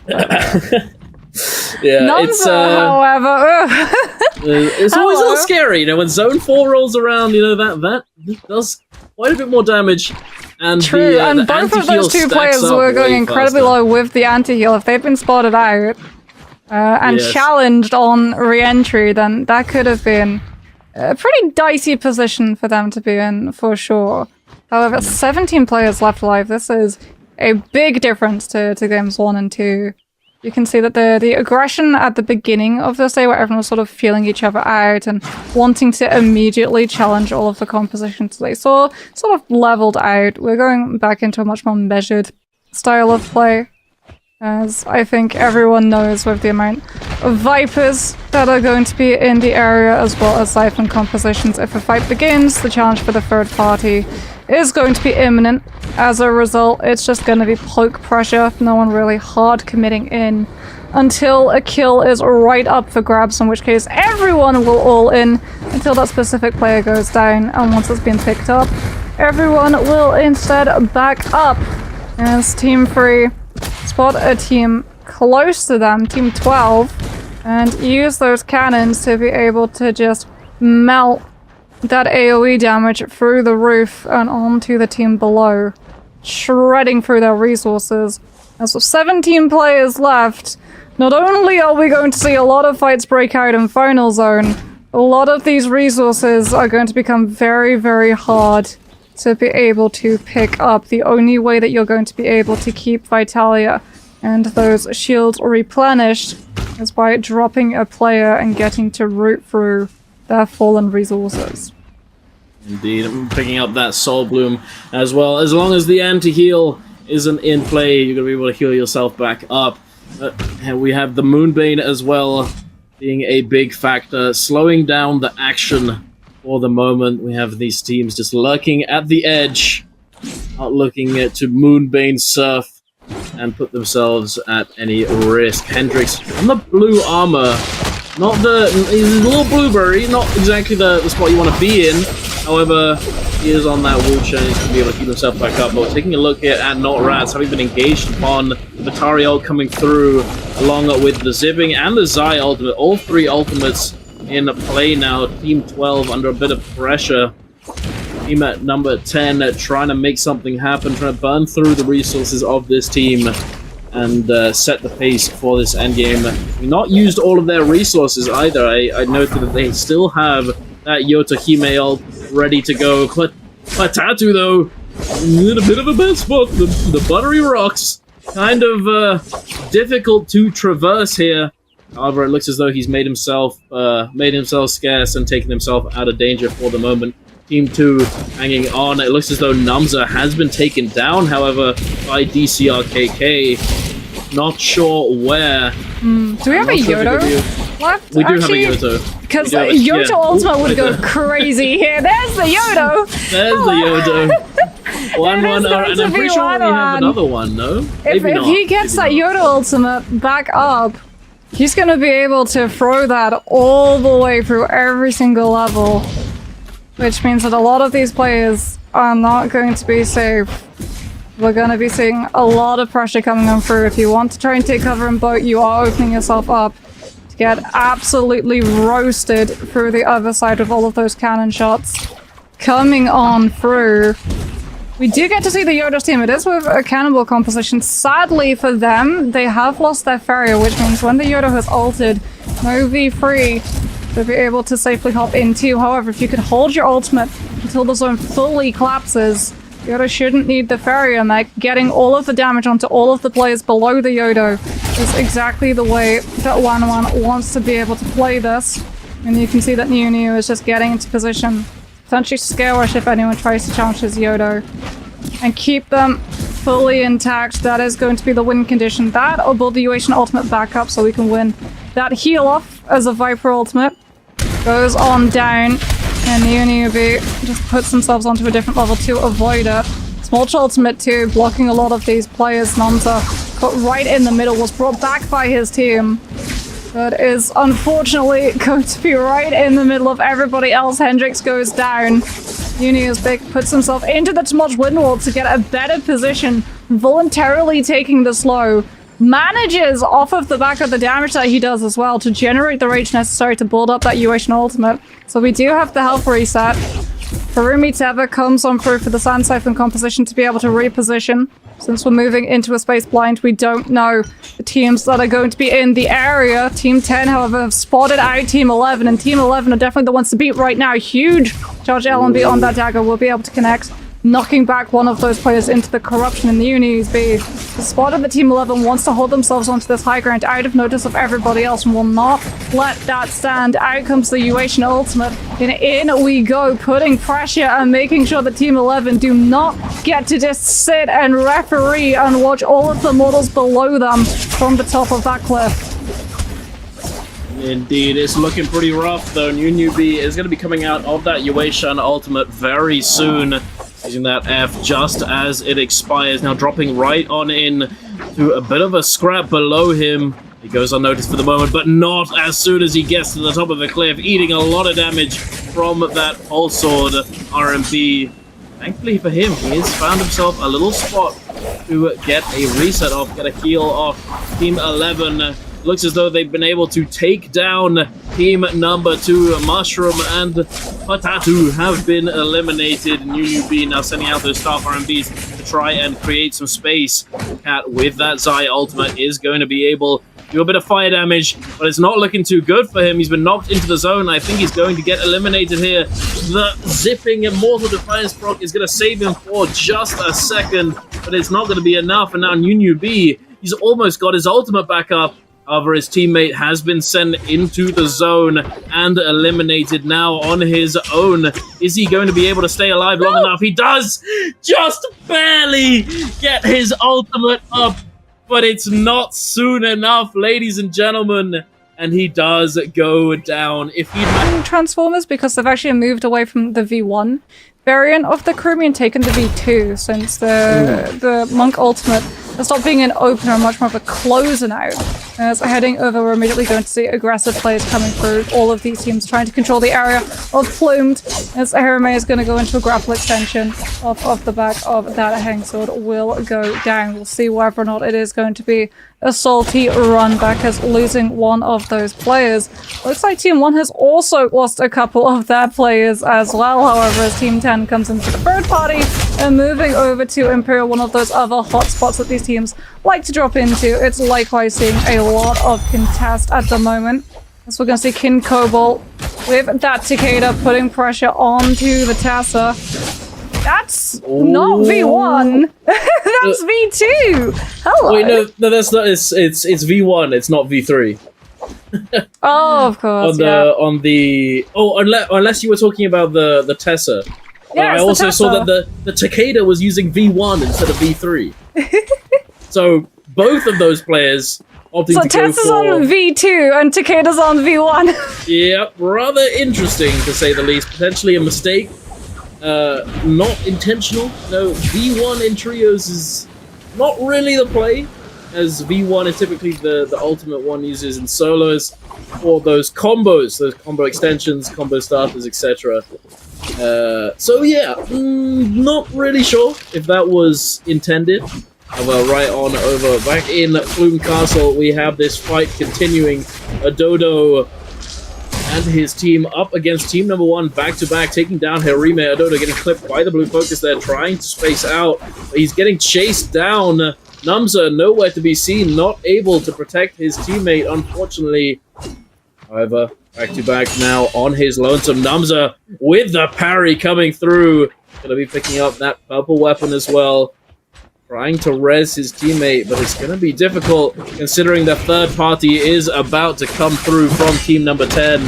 New jumping in with that Tumult ultimate back-to-back. Does have his zipping ult ready to go, but he's not going to be utilizing it just yet, as, frankly, it would be a waste. However, the turns have tabled, as team number 7 are going to be coming in and third-partying the third-partiers. Koala coming in, able to snipe away these kills onto team number 10. What a disaster for them, unfortunately. Looks as though Namza might be able to get this resurrection off. Yeah, he was able to. Timing is coming through, and Adodo is back on his feet. He does have the Fairy ultimate ready to go, but Namza now in a bit of danger, does get stuck in the sand wall, and he is going to be taken down. He trades his life for Adodo. Gonna have to wait and see if they're going to recover from the situation. Rather difficult task at hand for this team. Looks as though New has been resurrected, but Adodo's going for the revive. Chased down. Team 7 turned onto Newbie's team, and as a result, Adodo's teammate calmed that Team 7 was moving out of the area, and Adodo was trying to find the revive. He finds it. There we go. Namza is back up. It's just going back and forth. Says you res me, then I res you, then you res me. Oh, well, the two of them have now been spotted out. Oh, yeah, no, Namza is spotted out. I wasn't sure whether or not he was able to make it into the flower bed and go unnoticed, but no, has to go now into Farrier mech. We are going to see as well the Yuashan going for the ultimate too, keeping the pressure up, making sure that no one is able to get right below that Farrier mech when we're in the cannon form with that Banner of Pole Sword. Start to fry that health. Koala takes a cannon hit. Fortunately, it is only a blue scaled damage, so not all that different. However, Casper does now go down. And off of the back now, the Farrier mech has been removed. Koala comes in, trying to find the fry with that charged RMB, drops the Tumult ultimate, isolating the fight. Karumi V2 from Kishi also going to be called in to keep everyone topped up for the side of Team 7 so they can find a revive onto this Takeda and turn in onto those players. The second that the Tumult ultimate has dropped down, we're chasing, we look for the Wisp, we don't manage to grab the Yuashan. However, we're still keeping the chase going. Adodo with a very good interception manages to find the charged RMB of the halberds onto Koala, as well as to follow up F3. The silence hits the Tumult, and as a result, Remy is still going to be able to keep kiting around this area. So much of the walls giving him that scale rush ability to keep himself out of the hands and lockdown of Team 7. And he's still going, Dunk. This is an admirable effort coming on through. Unfortunately, because of how often he's having to scale rush, he's not had the time to be able to sit back and find a reset, as now Team 7 get kited away. Namza and Adodo working together so that they give their teammate that breathing space to take the full reset. It's Plume Castle, you know, the gate and this building here is just one of those spots that you can constantly kite around, using the terrain to your advantage, scale rushing. If you've got a fan or a dagger, something speedy, you're gonna be schmoving. That's a perfect demonstration of just that. And it looks as though team number 7 has decided to let it go. You know, it's not worth it. We're just gonna burn through all of our resources. Let's go and spend some of this well-earned cash, as they are sitting on quite a gold mine there. How much is that even? That's upwards of 50,000 Dark Tide coins. They're going to be able to secure themselves some cheeky soul jades, that was it. Soul jades, potentially some weaponry. We'll see. Taking a look at the kill feed, Resentment has taken down Always Sends. Looks as though we are going to be picking up a purple staff, a few purple weapons here, preparing themselves to go into that realm of Yang, perhaps. I would imagine so. Anyone solve puzzle? I'm not sure if we've seen anyone solve puzzle. I know that players definitely dropped there because when we first cut over, before we actually moved over to Plumed, we saw a team trying to occupy I think we Ballista. did, yeah. Resentment has a golden fan. Yeah, there we go. Okay, so Resentment's team dropped Salvation Podium, or were able to kill the team that did. As that is the only way that this early on they've been able to get their hands on a legendary weapon, and that legendary weapon is going to be doing an awful lot of damage. Unlike the armor, you do not get to see the rarity of a weapon until it hits you for it. And Team 11 now have figured out that they are up against a team with that loot deficit. And are now going to be on the back end. Zai ultimate comes through as well. And that is going to be a lot of damage. Kun already down. DCRKK splitting away. Looking to try and lead off into a different direction. Cat pulling the attention. In the meantime, the Zip breaks off from the main fight. Cuts noise and tries to play survival for the rest of the team. Deep in the underside of Matab. Indeed, I think it came down to the fact that DCRKK had been forced to resurrect himself earlier on, and was the only one missing the rebirth there. So he was forced to just leave his teammates behind and take the L there, and try and play for the end game, play for the long game, so to speak. Here we are, back on over to team number 7. UNT looking to go into the realm of Yang. Not immediately, you know. You don't always want to be the first team in, as typically the first teams in are the most stacked of the lobby. You know, the most confident, so to speak. Well, I think the most stacked of the lobby Resentment's team is currently taking a fight against APFs. Indeed, but Resentment looky here, was battling Always Sends, but BWG, yeah, this is the best that they've looked so far today. See, lots of purple armor, 1 blue on their Yueshan, but crucially, they do have the cannonball composition. Not quite sure what they're going to be up against, as they are going to get challenged by QNT. Everyone goes aerial, no ultimates coming into play just yet. Triad's probably going to be the opener. With that Hardy looking to specifically lock one of those players down. The Kurumi Tev has already gone through. That F3, the second that the 90% damage reduction is removed, that's when BWG can try and collapse. So there's going to be a Sand Siphon composition. Very hard already having to utilize the F1 on that Hardy to break away, but Poopy has been spotted as low, and blue armor, the grapple lock, the cube coming into play, allowing security that reposition, and we go right back into a stalemate. This is looking very good for BWG. 2 ultimates already in use from team number 7, from QNT. Security and Raven both have their ultimates ready to go. However, Raven has been locked down by that Tumult Wisp, now being forced to use that pillar, jumping into it. Security also using that ultimate from the Yueshan, using the F to try and mitigate that CC coming through from the Tumult Wall. However, they need to try and close out this fight sooner rather than later and not give QNT any time to regenerate their ultimates and get the value from them.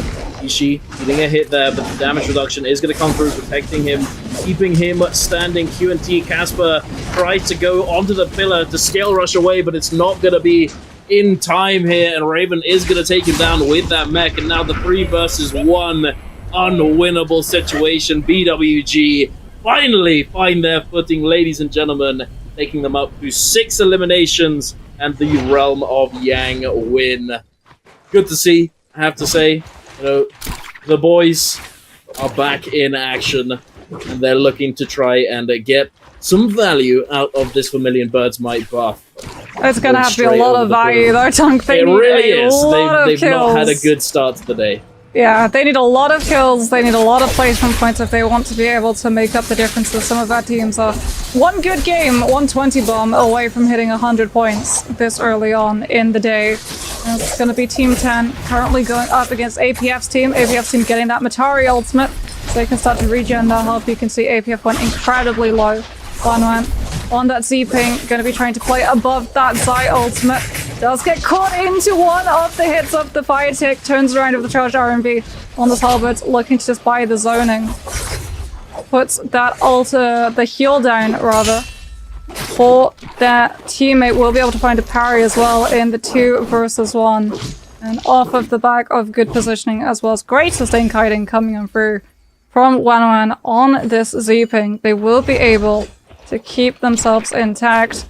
20 seconds left on that Vermilion Bird's Might. They're definitely not going to be wanting to take a fight, but in terms of position, they're pretty far away. This was a team that were looking to hunt down some of these straggling players who ironically want to try and play safer by playing towards the edges of the zone rather than the middle, but all of the stronger teams now have started rotating clockwise or anti-clockwise around those edges to try to run into players looking to do just that. And as a result, it's actually safer now to hide in the middle, where you're least likely to run into those teams on those hunting paths. Indeed. Having, especially in the later stages of the game when teams have Mystic Might, they're going to be running around edges of the safe zone, looking to find any stragglers. This has become a very commonly known strategy, and now, as you said, it can simply be safer to position yourself in the center of the safe zone, as you're less likely to run into those teams with that objective. But taking a look now at BWG, I don't think they've been able to... Oh, no, wait, they have. They took a fight. They took a fight and they've managed to pick up a kill, but nothing more than that. Unfortunately, they have filled their pockets with Darktide coins. They are going to be able to go shopping pretty soon and try and capitalize on that. But we will see what they pick up later on. Heading on over to team number 2, up against Boon's team. Pata 2 with that Tessa ultimate jumping in. Does manage to secure the hit onto 1, but they are going to be opting to teleport away, teleport to safety with that Wu Chen ultimate, as opposed to sticking around and trying to fight it out. Ooh, and in the kill feed, we spot out Tryhard taking down Kishin, and it looks as though QNT trying to run it back into BWG, but it looks as though they've not been successful. Security jumping in with the Uation of the Thorny Roller, taking out a player there, staggering him, sending him flying. Resentment is going to be jumping in, trying to capitalize on this third-party opportunity. BWG's buff has now expired, so they definitely are in a bit of danger. Resentment! Speaking of danger, F3 is going to come through the zipping ultimate as well, and now the ultimate coming out from the Zai. Security in a bit of a bad spot, needs to try and disengage a little bit, try and make some space. It looks as though Resentment is being juggled quite a bit. The Farrier ultimate is going to be dropped down. Tryhard eating the brunt of this Zai ultimate. Still on his feet though. Matari ult has been used in response to the Farrier mech. Tryhard eating a lot of damage, is getting juggled by the backstabs, trying to stay on his feet. Heals coming through from the Farrier ultimate. Looks as though they are going to be successful in keeping him alive for the moment. Security is focusing down Resentment as much as he can. A Tumult Wisp is going to come through though from New Big. Third party! The third party yet again is going to be taking place. Security now losing all of his stamina, trying to disengage, skill rushing away. Raven has been taken down for the moment. Tryhard has managed to use his ultimate and stay alive. But are they going to be able to fully recover from this situation is the question. Security able to put max distance between him and the third party, is grappling as fast as he can. We'll have to see if he makes it out alive. They do have some money. They will be able to buy a Rebirth Charm. If there is one left over. Team number 9 now being left at the mercy of Team 10, New B, taking down more of me. Kimoka now being the last remaining member of Team 9 is fully disengaging. Team number 10 that come out victorious in this skirmish.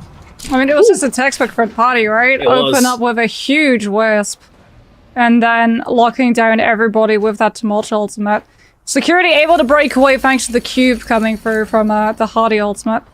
BWG's Tryhard. Not sure where Tryhard ran off to, but successful third party completed. Team number 10 scoping out to see whether or not any of those players were hiding in the area. There's quite a couple of spaces and corners that you could hide in around Jin's armory, one of them being the huge chimney, and you could say that they were just checking that no one was hidden in the middle of that one. As moving over to Plumed.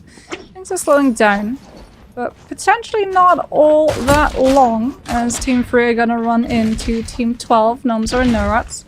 Just eyeing each other up, no one really wanting to take that full engagement, since we did have a Realm of Yang, and these teams do not want to take a fight, do not want to commit in the off chance of being third-partied by a team making a desperate play to be able to get a Soul Bloom and cleanse the Yang depletion. Desperately as well, not wanting to take a fight against some of those teams who have buffs, because just as we've seen some teams veer towards Mystic Might, and also White Tiger's prowess, we've also seen a resurgence of teams starting to take back the other one, Draco Storm, that for a while didn't see a whole lot of play, but since it's been buffed to last the full duration as all of the other buffs, as well as giving you rage generation when you take it, is again a little bit more of a viable option. And especially on these compositions where so many of these players are stacked on top of each other, having that additional lightning damage on every single one of your hits is so detrimental to fight against. Indeed. You newbie, out in the desert, checking those bushes, vibing. They are very happy with themselves, I would assume, considering they've been able to pick up that golden armor. But Himoka, on the other hand, not. There's one purple bush they haven't checked, and it's the one the Kamoka is on. The one at the very edge of the storm. She is going to be forced to move soon. She can take a little bit of damage from that zone tick, but looks as though she's going to go unnoticed. But now, Team 10 not checking all the other bushes. Literally checking every single bush. Crossbow, Hengsword, Tumultuous, everything is being invested to make sure that they don't run into a player in this space. They do know that there was an uneven amount of kills. There's so many bushes here, though. How you... my lord.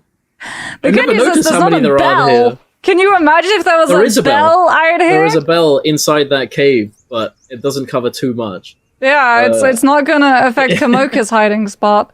No. As Kuhn's team also gonna be picking themselves a purple bush. Slowing things down. BWG, we can see they were able to get Raven back into the mix, which is good news for them, as we said, this is their best game so far today. They definitely do not want to go out of this one early before that kill multiply is going to be able to count. Team 10 still scouting, still trying to figure out where exactly the last couple of survivors from the Jin's armory dust up have run off to. Putting themselves in a very good position when it comes to this final zone. That is going to be a lot of loot for that Takeda. That should be a gold scaled Takeda ultimate for a new big. We do not know whether it is going to be gold scaled, as you're currently in the tumultuous POV, however. As I was saying before our third game, certain teams do simply just excel on certain maps. You know, it's a huge contrast for BWG, for example, where they've been able to do a lot better on Holoroth Daytime than they were able to on Morris Isle Night. And perhaps this is just their map. You know, perhaps this is the play. Play for those Holoroth games, play for the daytime, and take advantage of your strengths. However, they are going to have to work on those nighttime Morris Isle games if in future they want to try and take some tawny dubs. However, BWG just going through the motions, going through those rotations, hunting paths, looking to see if they can find any stragglers. Himoka was lurking around the thorny roller, looking to try and loot up as much as she could, but we have since not known. Don't know where she's gone just yet. Raven with that golden longsword and tryhard on the golden halberds. They are still pretty stacked. Still pretty stacked. Even though they had to resurrect Raven, they are looking to be in a pretty good spot. Well, they did win a Realm of Yang. Yeah, exactly. Not quite sure where they got the other set of legendaries, but Potentially it was off of the team that they ended up fighting after they'd won Realm of Yang and absorbed all of that parry, loot. perhaps. Yeah. Unfortunately, what they really need right now is armor. Thankfully, though, you can buy it. That is true. You can indeed buy it. As one of the changes of Immortal War that was made a couple of weeks ago. So we can hear every single time I hear players just stacked on top of each other. It is inevitable that we're going to hear the cluck of the chickens coming through on the new skins. As a Dodo not wanting to take a fight on the inside of the building as a farrier, really not wanting to get pressure into having to commit to the pillar and being stuck inside a building, since farrier mechs, unfortunately countered by a lot of CC, but also countered by door frames too. You cannot shrink the mech down and go through a door frame if you want to be able to get out of those buildings. You have to drop out of the mech early, as we see on the side. BWG is actually taking a fight against Neo's team. Don't see the POV on that one just yet, but that could be a reason why Neo also do not want to full commit on to taking a fight against Adodo's team, as they are currently stuck in the middle of two teams. Thus, if they engage on one, they open the door for the potential of that third party from the other. And this is where you're going to see a lot of these players prioritizing that macro positioning. No one really wanting to make that first overstep, since everyone in the area is going to see, especially if you're BWG and you don't have a lot of terrain to be able to hide behind. If you take a fight, everyone is going to spot that out, especially when it comes to commitment of ultimates. Speaking of, we do have a Tumulk ultimate being used over in the distance, which I think has been spotted out by BWG, edging just a little bit closer to where the action is taking place. However, no commitment just yet. We have an absolute mess of player icons on the map there. I cannot see what is going on. Adodo, though, is going to be taken down reasonably low, able to get into that farrier mech, thankfully for him. Namza also living on a sliver of health, able to use that ultimate to disengage and reset. However, they have been forced to use those cooldowns and are now susceptible to being engaged upon by a team. However, they have made their way across the safe zone, over behind the Moonbane, using it to their advantage, preventing any team from surrounding them, so to speak. You don't want to be sandwiched. One of the biggest tips that I could give, and I've been given in the past, is if you get sandwiched in trios, you're in a you gotta get out of there. Never be sandwiched, otherwise you're just at the mercy of the team surrounding you. It is not where you want to be. And being able to take the initiative to immediately go over to the other side and keep themselves safe, definitely the right play in this situation. However, they are being engaged upon. It looks as though Team Number 10 spotted them out, seen what's going down, and not looking to let them disengage so easily. Well, Neo were a team that were getting sandwiched earlier by APF and BWG's team. So I think for them, they saw a team come at them, and they were like, if one team is going to get put in the middle, it's not going to be us. Yeah. So we will put pressure onto you so that you run away from us, and we're going to be able to take this space. As Tryhard wants to take this space as well.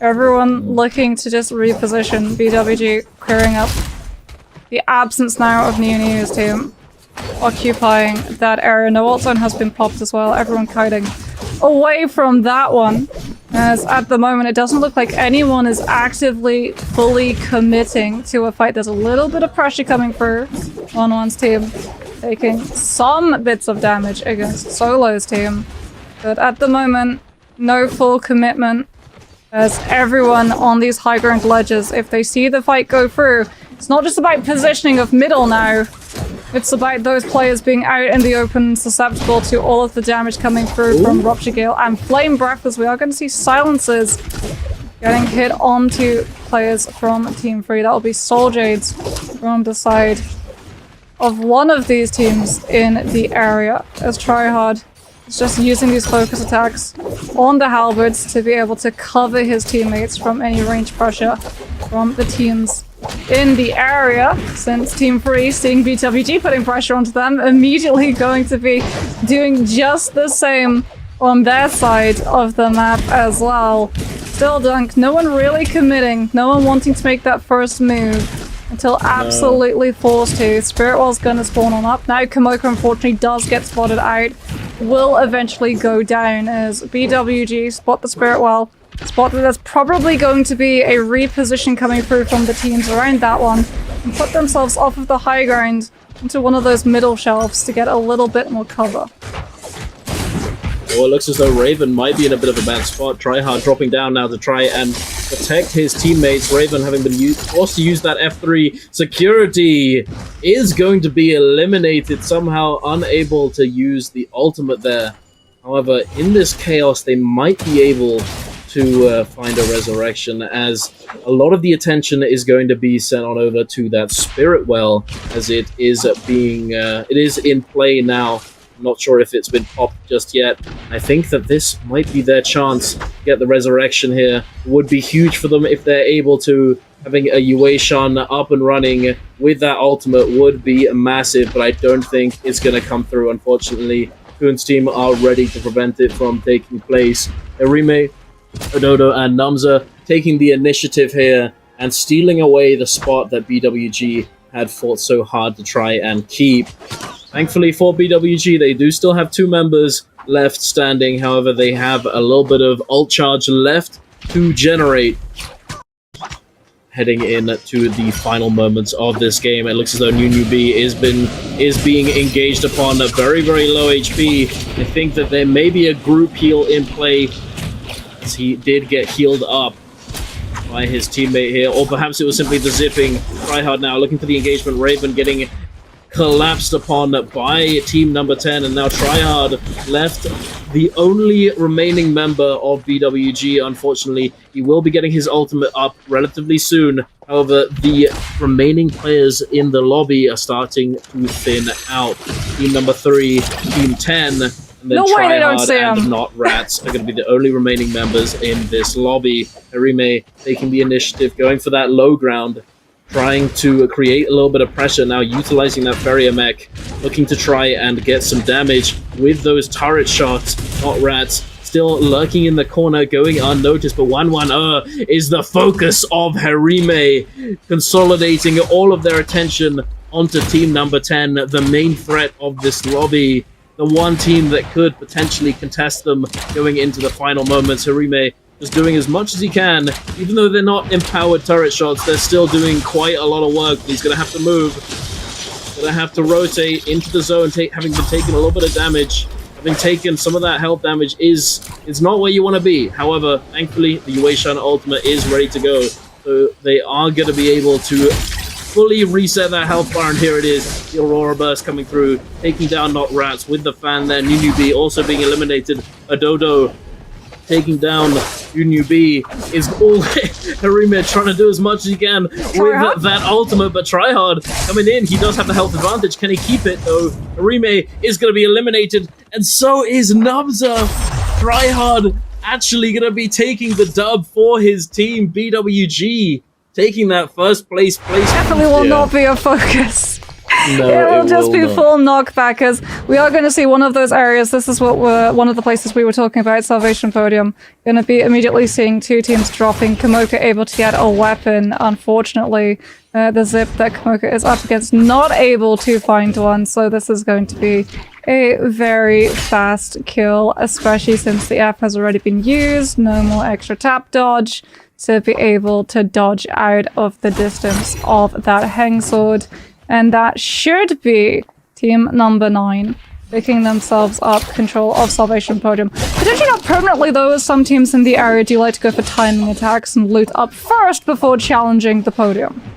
Indeed, it looks as though Takeda has managed to secure themselves a cheeky Moonbane to start off the game, making it out of danger, breaking line of sight, and now putting that to use. But we're going over to JKT. I think it is team number 2, having lost a member, but having equalized the fight as well. Nunu Big now in a bit of danger, for the Wisp is going to come through. Mushroom does get locked down, but the F3 is going to make it salvageable. and team number 2 is gonna be coming away with the dub in that initial engagement off the rip, putting 3 eliminations under their belt, starting off strong. I was going to say, if they don't come away with this early game fight win, you know, it's just becomes all the more evident that they're a bit of a Morrisile, you know, I don't really know the best way to put it, but oh no, Moonbait off the back of the res. Oh no.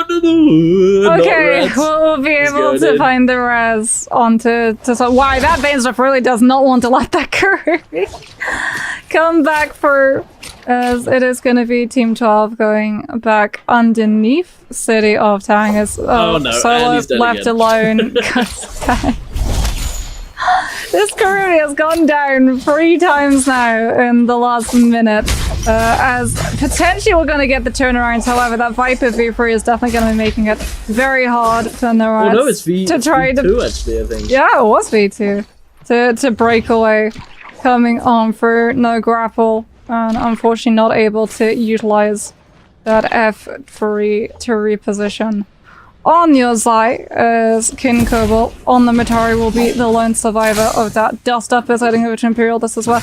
The second Bane's Breath is going to be dropped. One player already down is getting that Kurumi Tava to get brought back into the mix. Oh no! As QNT's Kishi unfortunately eats all of the AoE damage coming through from that Bane's Breath. Had to utilize the F3 and now the Cube as well coming off of the back of Casper. On that Hattie will be able to reposition. Back off the fight, get a reset onto the shield. As Koala pops into the Farrier Pillar, resides inside the mechas. BWG licks their wounds and waits to see whether or not they want to try and take this fight. Part 2, especially since they've been able to bait out both the Uation and the Farrier ultimates coming on through. Surely they want to go back in. But another taste, as you can see, that they're definitely sniffing around, Dunk. They're getting into position. All 3 of them have their ultimates ready and available, and it looks like they're trying to find this isolation onto Casper. Tryhard jumping in with that F1 on the Takeda. The tether in place, security having that damage reduction that applied to him, but he does get flanked by Casper here. The ultimate coming through. Casper now going for the sky with that F1 security, trying to fend off the players at the edge of that sand wall, getting caught by the grapple LMB, losing all of that armor. Kishi, a similar position, looks as though he is going to get taken down. Raven coming in to save security here, and it looks as though Kishi has been eliminated. Now BWG at the advantage. Team number 7, a man down, and their Uation ult about to expire.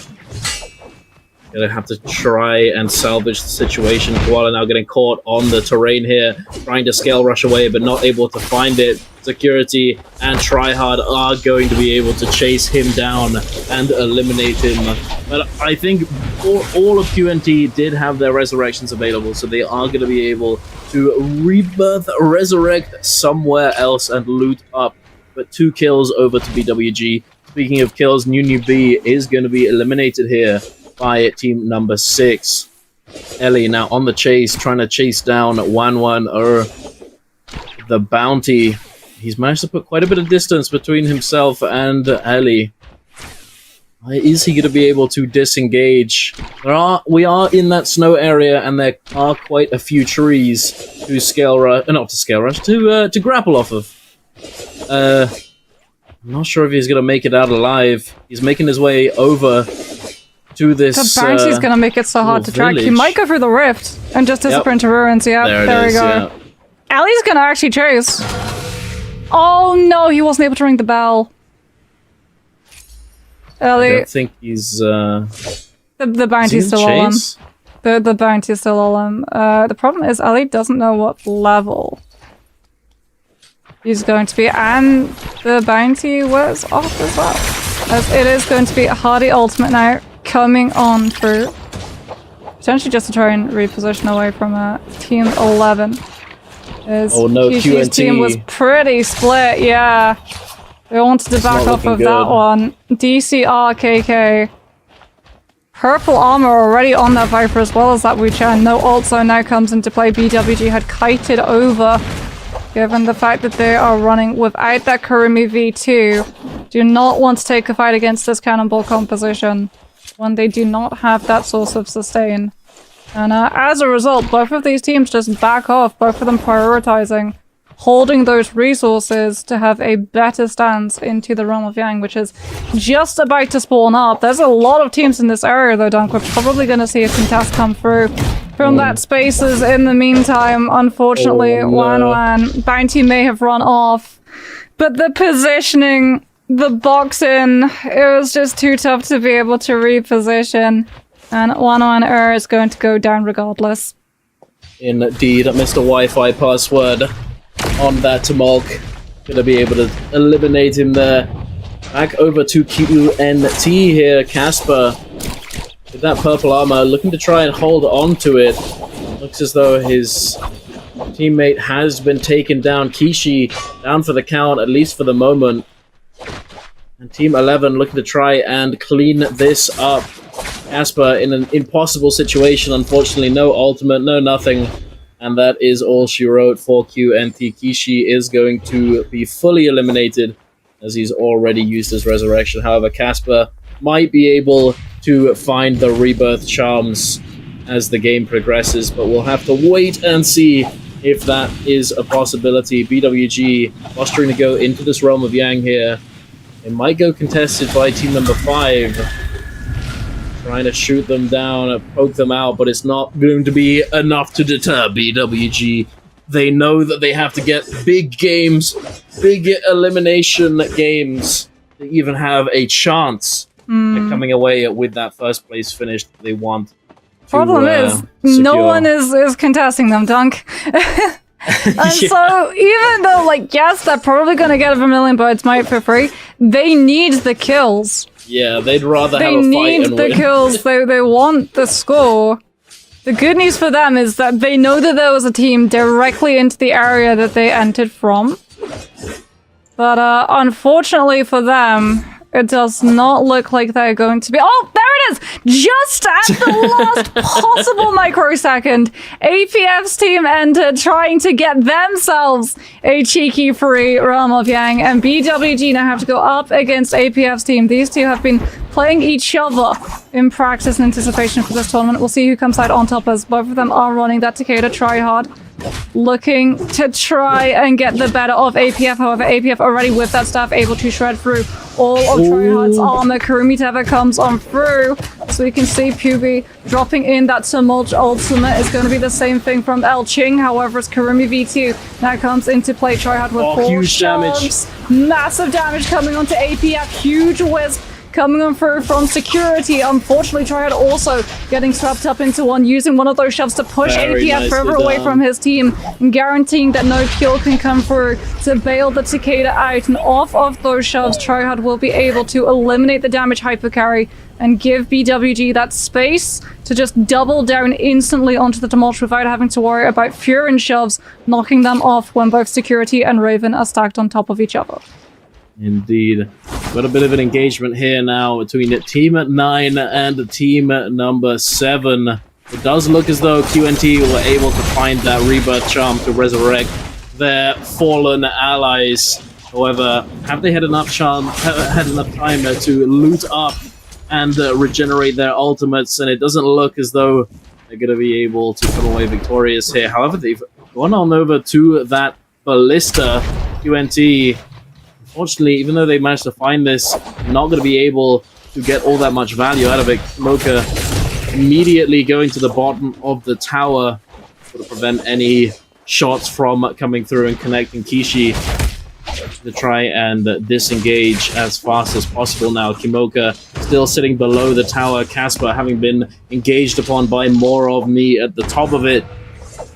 There's nowhere to go, unfortunately, and Casper is also going to be eliminated. Now Kishi, the last man standing for QNT, is going to have to pull something out of a hat to salvage this game for them. BWG having a bit of a fight here. Unfortunately not able to confirm a kill due to the Wu Chen teleport over there on the chase. They're ready to keep it going. They spotted them out. Tryhard grappling over. ECRKK trying his best to create some distance. All 3 members having used their ultimates. not looking to try and take this fight. APF's team have been able to cleanse that Yang depletion though. Not sure if they just dropped a team it's only on or one, though. if they already had some Oh of no, those the third balloons over party! 2 Wait, minutes. no third party. We're going to see Windy Trinity come through from DCRKK on that fan as BWG taking that fight. BWG security now, unfortunately, not able to find the parry in time to save Tryhard. Does manage to trade DCRKK for it as Kun and Kat try to find the revive. Security frozen. The Wisp catches both of them, comes in with the meter dump. However, the Wu-Chan with the Windwall will be able to get the health reset on that shield. And it is not going to be enough. BWG did have a million bird smite, however, they will be able to come back onto the map with all of their loot intact. As Team 11 now, having survived that one, going to have Viper ultimate and Tester ultimate, which means BWG cannot try and run back onto this team. They have to play a little bit more passively until all of their ultimates return. Indeed. Unfortunately, this isn't really the team that you want to be giving kills over to, as they are already up there in the standings. Although BWG does need to just take any chance that they can, take all the risks, and hope that they come out on top. We do have Gate of Yang spawning in about 90 seconds. You might see a few more Yang fights taking place. But unfortunately, Namza is not going to be one of those players going into that realm of Yang, as he does get taken down by team number 8 here. Looking at the map overall, we have 3 teams fully eliminated. Party 10, Imperfections team, and party number 3. Unfortunately, already eliminated in our 5th game of the series. Pazatu, the Karumi, still standing. 7 eliminations under their belt. A solid position to be in. On that Zai composition as well. Mushroom on the Zai. Looking to try and shop up, as I think the action has died down somewhat. I think it might start up again, because there's cave, Someone opened Kashgar Cave, and with the new rules in Immortal War, when someone gets one of those keys, everyone gets an alert on which cave is going to be opening.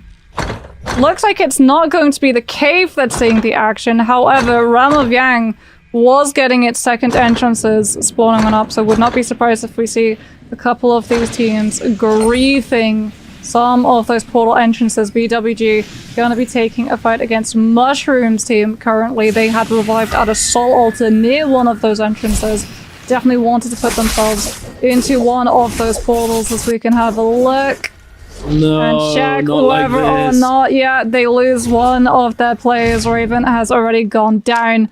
Mushroom's team now going to be putting themselves into Realm of Yang. I'm not sure, is that BWG that they're up against? Did some of the BWG players go into the portal to try to run out? It's Tryhard.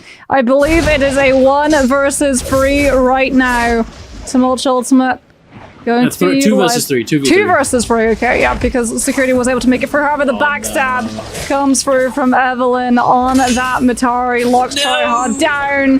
The parry secures the kill onto security, and BWG 2 versus 3 will lose that fight, heading over to the other Realm of Yang. It is going to be a 3 versus 3, as we have a Xiphon composition.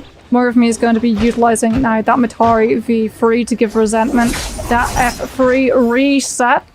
Link now going to be utilized as well for more of me to reposition away from getting locked down. At the moment, no kills coming through from either of these sides. That Karumi ultimate, making sure that everyone is topped up. However, the Zai able to come in with a huge chain circle, connecting onto the players outside of the Karumi ultimate. So no cleanse on the fire tick as more of me charges up the RMB on the halberds, looking to play off of the space created by the other teammates and come through with all of that damage, and how fast that focus strike hits out from. And off at the back, Xiphon composition secures a Realm of Yang win outside of the Realm of Yang. Mushroom's team, having won that 3 versus 2, now has to deal with a Sand Xiphon composition. It looks like that is a Takeda coming on through, trying to play around that Z ping that they have going for them. Can't fully commit into this fight dunk though, because that is the Siphon composition, which means if the Zai gets the F3 connecting onto that Z-ping, your Z-ping is gonna just disappear in a puff of smoke with all of that healing reduced to absolute nothing. Indeed, and he is going to be eliminated, Mr. Wi-Fi Password. Mushroom with that F3. Just doing that work with Zai here. It looks as though BWG has been able to find that resurrection onto Raven, as he did get fully eliminated while Security and Tryhard were in Realm of Yang. However, they do need to find 2 Soul Blooms to be able to cleanse said Yang. Depletion, Kimoka now being the focus of their attention. Tryhard looking to try and match this Zai ultimate. The overhaul coming through. Resentment going for that parry, but then instead of parrying, he's just gonna go for the hold and just absolutely obliterates both Tryhard and Raven here now. Oh, that's such a shame. The Game 5, the big Game 5 that they needed, is not in the cards, unfortunately for them. Kimoka and Co. are going to take them down. As though they're going to be finding another elimination onto King Cobalt as well. I think this was a third-party situation where BWG were fighting King Cobalt's team. And then Resentment's team came in. I don't think Koala knows that. What's going on here? Their Resentment's team is there, as he's just using the prayer statue. Got a little bit of soul jades, a little bit of resources to drop, and now he's gonna have the Siphon composition dropping directly on his head. Wait, why is what? Casper is apparently in the arena too. Casper just jumped in with half health and just insta-died. I'm not sure about that one. Not really sure what happened there. Well, either way, that is going to be more kills funneled the way of Resentment's team. And that is not going to be the team that all of these other players want to be popping off yet again. As I do believe Koala is still alive. I can see them moving on the minimap. Not sure how long for though as we cut over to the UAsian's POV. That's my answer. Not very long at all. It was all of 2 seconds. Maybe that's why Casper was jumping in. He was trying to provide an extra body to absorb some attention and give Koala an opportunity to back off and get the armor in order. Unfortunately, didn't go in their favor. However, it definitely has been going in the favor of Team 9 here, sitting on 18 eliminations. 2 off of the 20 bomb, and they are not showing any signs of slowing down just yet. Ellie, team number 6, has now become their new target. Then their attention has been focused on them. Resentment taking quite a bit of damage there from the parry. Goes for that F3. Instead of going in, it looks to try and reposition that Takeda, pushing him out of that goal focus hold. It looks as though it might be a bit of a bad spot. And no, the zipping ultimate just seconds late, not able to come down to save Resentment. And I think I may have just cast against them. Considering I was talking about how they weren't looking to slow down. Perhaps they should have slowed down just a little bit, considering they had 18 eliminations. Yeah. And, I can't blame that confidence. That was Vajra's grip that Resentment had. So even if you do get parried, you still keep your weapon as Zai. That's paramount, right? You want that legendary scaling. Speaking about legendary scaling, we do have legendary weapons on the field now for the other Siphon composition who fight against Cat's team. Do they see what the Wuchen teleporter do? No, they do not. Smart portal placement coming through from Cat's team puts the orb directly behind the boarding, and as a result, Team 2 grapple directly over their heads. Absolutely none the wiser. Third party now shows on up as Resentment, who was brought back by their teammate, unfortunately goes back down yet again as Kurumi Teva connects. Make sure that everyone is going to get all of the damage destruction to live through the team that now tries to intrude on forward. As Padatu with that dagger comes through. Spacing created. Kurumi ultimate invested. Charged LMB into Assassin's Lunge, looking to lock Cat down.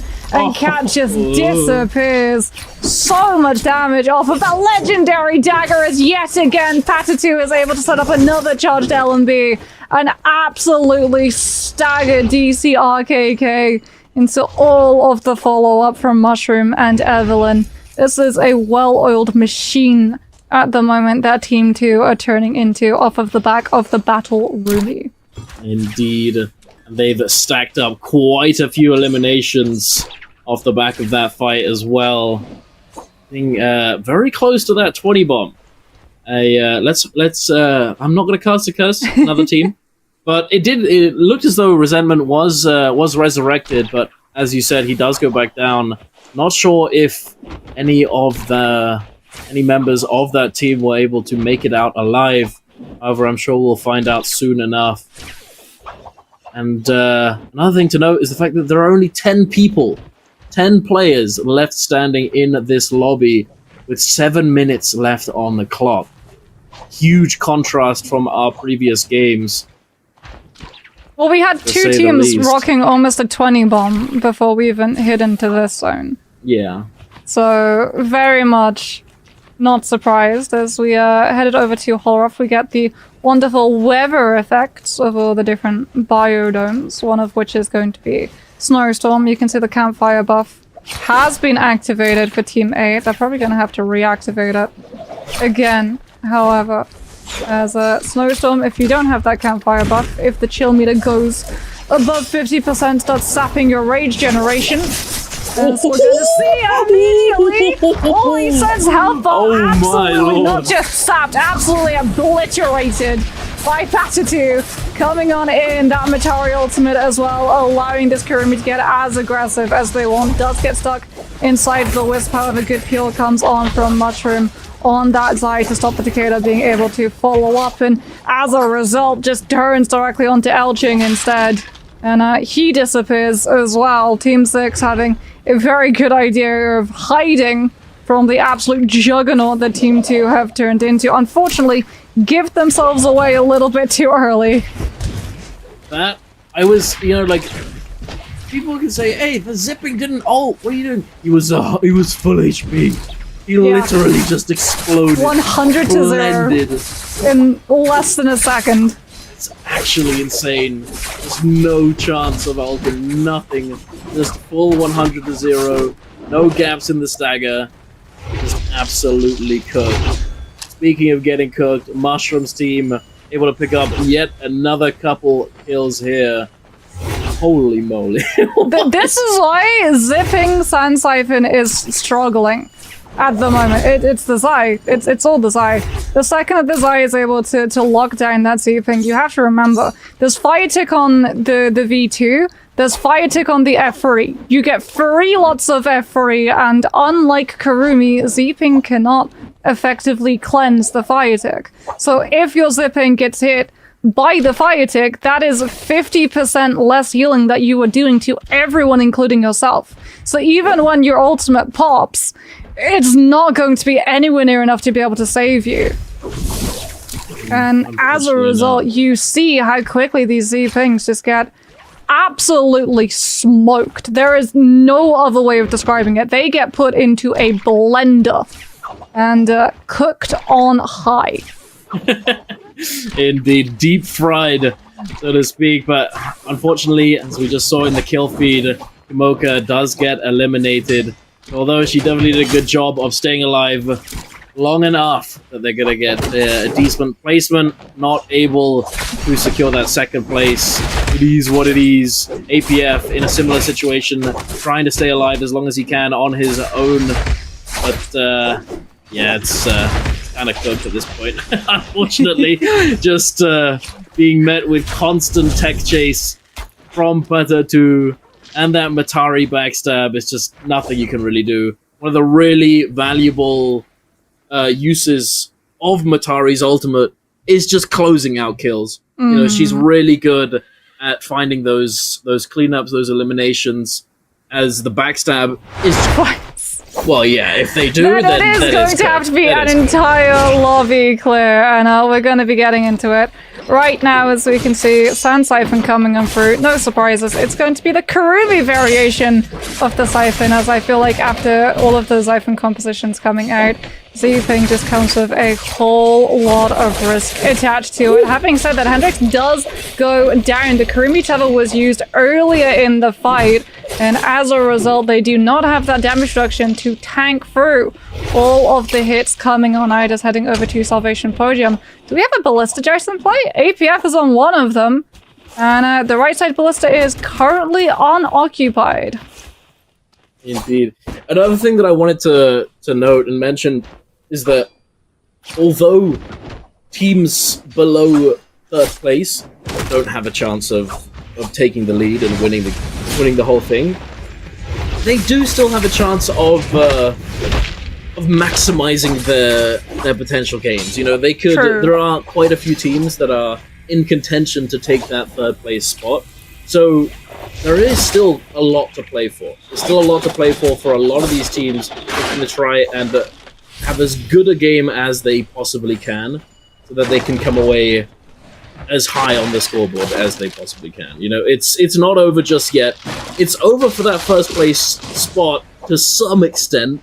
You know, considering their performance so far today, it is somewhat unlikely that that JKT isn't going to get any kills at all. So, you know, it's all but secured. However, WDD... Oh, wait a minute! Oh, no! Oh, security! Just off on that left side of the screen. Just eating that one hit of pain spread. Probably to try and stop the revive coming through, as Kishi actually tethered onto Koala. Kurumi Tether not needing line of sight allowed them to get a majority of that revive. And they will be able to bring back that teammate. BWG now that the pace ref is over. Not having to back off of this fight anymore. Tryhard getting into position.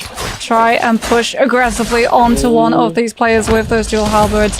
We'll be able to instantly find a kill onto Koala dual blades with that stagger, setting security up with that Spear. Hardy ultimate now comes out as well.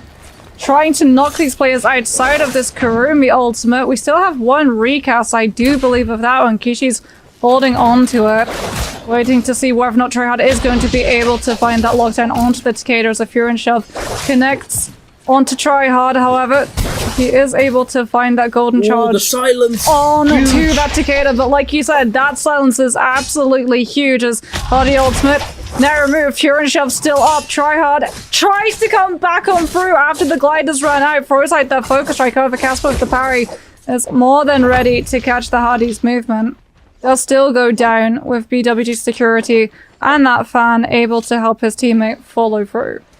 Indeed, picking up 4 eliminations this early. A solid performance so far.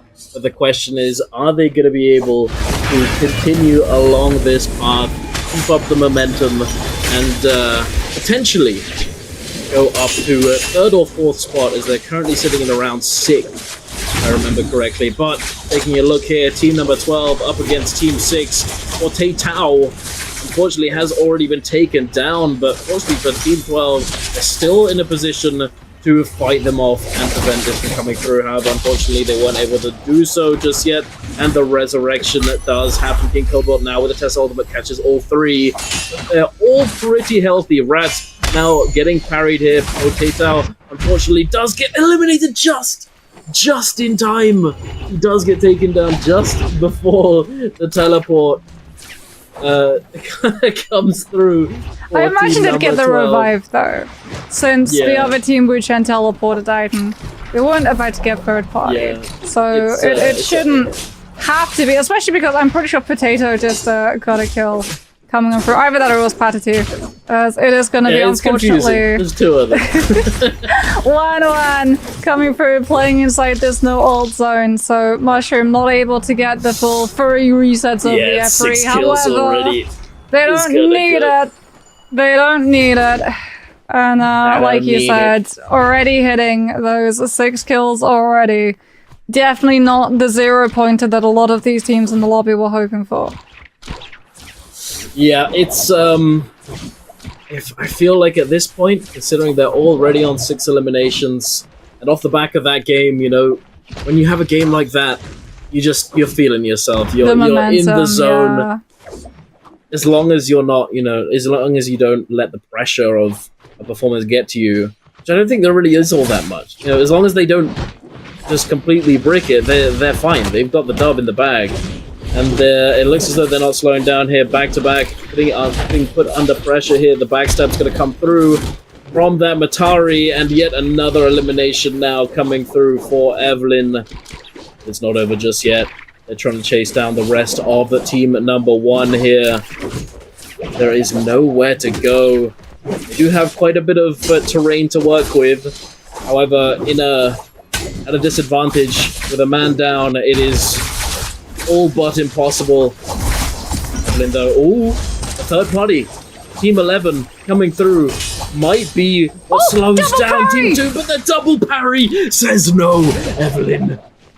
I mean, Evelyn's out, though. Down. Evelyn's out, sees the third party, Mushroom, though.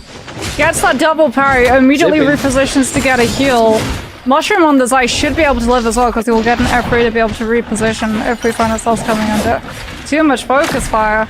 And getting that kill onto Cat has allowed Mushroom a little bit of time to recover as Evelyn, with that pole sword, manages to blink away from the Yueshan Space Dagger, not able to avoid the follow-up Farrier Cannon shot. However, that Mushroom with that Matari ultimate now gets the ability to just instantly zero in on one of these players, as I do believe Patatu is currently residing on the Ballista as well and just keeping pressure up. Team 6 chasing off Team 2. Hey, but they're pretty chilling. There's 8 eliminations. It's more kills than some of these teams have managed to put up in a full game. We're only a few minutes in, and they're already at 8. It's looking pretty good for them. They haven't been taken down. They've got all the loot. They have that momentum, and it's looking very good for them. And now I feel as though the focus is probably going to be on all of those teams lurking in those 3rd to 6th spot. Teams that are actually able to change their fate going into this final game. QNT, however, unfortunately, they haven't really had the best day. Currently sitting in 12th spot right now. They definitely can bring themselves up the scoreboard. They're only 5 points behind team or the 11th team. However, they are now going up against team number 2, no. Koala, getting absolutely blown to pieces.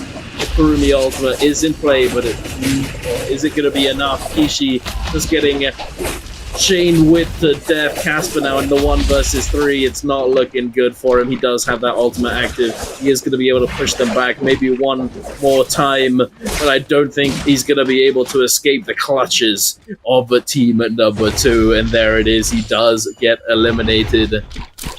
And that is all she wrote for Team QNT, I believe. I mean, you talked about momentum that Team 2 would have coming off of the back, and you can see that they are still riding that momentum off of the last game. BWG now going to be taking a Ram of Yang fight against a Dodo's team.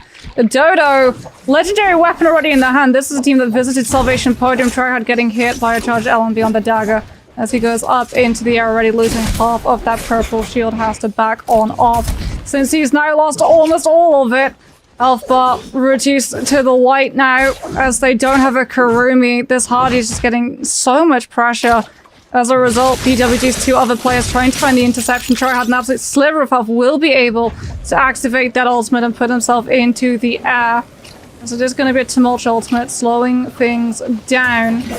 Charging up that triple on the Hardy, using the ultimate, playing out of the fight to be able to get this reset, as on the other side, BWG Security with that Yueshan ultimate looks to try and find the stagger so that they don't get to turn onto the Hardy. Unfortunately, Triad is going to have to use all of the ultimate to recover as opposed to getting to aggressively chase onto some of these players. Nunzel with that scale rush. We're going to be able to find a connection. Kurumi Sever as well out on the field to be able to keep everyone fully healed up and tanking all of the damage that BWG puts down. Farrier Pillar gets dropped. Raven's going to be taking that one, trying to use the cannon knockback so that one of these players can get isolated.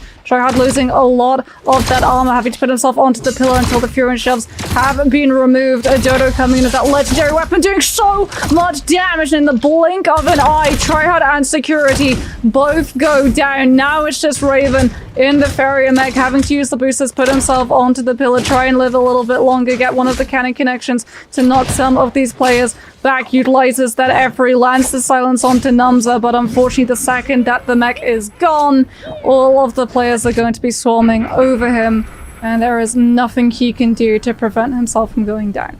Indeed, that golden weapon putting in work for the side of team number 3 here, able to take down BWG. Even though they did have that armor advantage, they just weren't able to survive the onslaught here, unfortunately for them. However, it's not over just yet. They do have some time to recover and cleanse that Yang depletion, but they're gonna have to act fast, as the number of players left alive in the lobby is starting to dwindle down. 21 people left alive. A Dodo looking to try and get as many kills as he can for his team. Gonna put that golden dagger to use. And they see a fight on the horizon, immediately grappling on over team number 2 and team 5, scrapping it out here. Patatu, he lost all of his armor using that zipping ultimate, the F3 from Uzai, knocking everybody to the side. Zipping now, having his ultimate available, he's gonna have to use it, but he just doesn't get given the chance. I think perhaps he opted to not bother at all, considering they do still have that Vermilion Bird's Might, and they are going to come back with all of their loot ready to go. But team number 2 here, who get absolutely obliterated, but then yet again, they too have that Vermilion Bird's Might. It's not the end of the world. Looks as though team number 3 is going to be able to make so much value come out of this buff they've gotten for themselves. Patatu now trying to fight off a Dodo, seeing if he can get any value out of this buff while he still has it. Oh no, wait, he doesn't have it. He rezzed and he's been taken down now. The fight is turning. Numza has been eliminated. Hendrix pretty low himself. A Dodo now does get taken down as well. Team number 1 coming in for this fight, finding these eliminations, taking them up to 8 total. Having been the team that third-partied in the first place, able to come back, making the call to resurrect, and third-party the third-partiers of the third-party of the third-party. Sometimes when you try to first-party, you are the one who gets back-partied. Fitting name at this point. Back-to-back fights. Oh, it was very smart from them, though. Like you said, they come back in, they know that the Sand Siphon composition has already invested their ultimate, specifically the Temi and the Takeda, right? We saw the Takeda, the Furin shoves, huge Furin shoves coming through off of the back of Dodo's charged LMB of that dagger, just sending 3 players up into the sky for the Furin to be able to capitalize onto when then unable to dodge.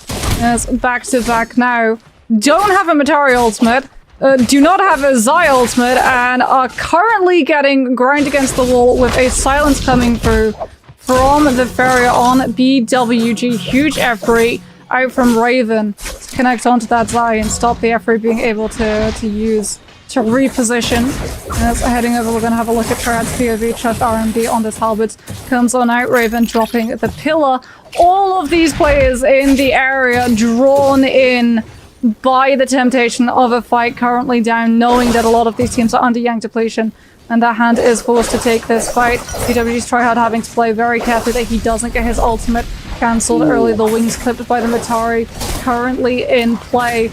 Takes a little bit of damage off of that side V2. Still, however, able to find the opening for BWG's Raven to get the kill onto Wan as Raven inside that mech provides all of the cover for his teammates to get aggressive and put the chase onto everyone on Team 1. Indeed. I'm not sure if they've been able to fully cleanse the team. However, definitely 2 Yang depletions have been cleansed so far, I believe. Tryhard going over to the Spirit Well, but has actually been called on over to the fight back-to-back, is pretty healthy and has that ultimate ready to go. And Security, it was the case that unfortunately they weren't able to get all of those Yang depletions cleansed. Does get taken down here, and now the Zai ultimate doing so much work, but Tryhard turns it back-to-back, does get eliminated. Raven so unbelievably low. Now in a 2 versus 1 against the Material and an F3 Kurumi, it's looking pretty cooked. Unfortunately, Tryhard is going to be taken down. And that is BWG fully eliminated from this lobby. Back-to-back was the first man to go down in that engagement. But unfortunately, due to the third party, BWG had their attention stolen by that third party, giving it back-to-back a about chance stolen, to come back in. Zenman almost steals the weapon, coming from Password. Huge power into Nezhas, manages to set up another Dragon Slayers into Nez's. With that Spear and Cheers, it's doing so much, cleaving through all of these players. That Takeda getting to follow up as well with the charged horizontal on the longsword is going to easily secure the victory for Team 9 inside the realm of Yang. Despite coming in with blue armor, the team very much looking very clean, getting to win out that one and picking themselves up. Well, you'll be incredibly happy, Dunk. That is a legendary greatsword, which maybe doesn't get changed into a pole sword. I mean, we have seen a bit more greatsword play today. Funnily enough, we saw Potatu putting it to excellent use on the Morris Isle games. However, Resentment making his way over to the... No! There it goes!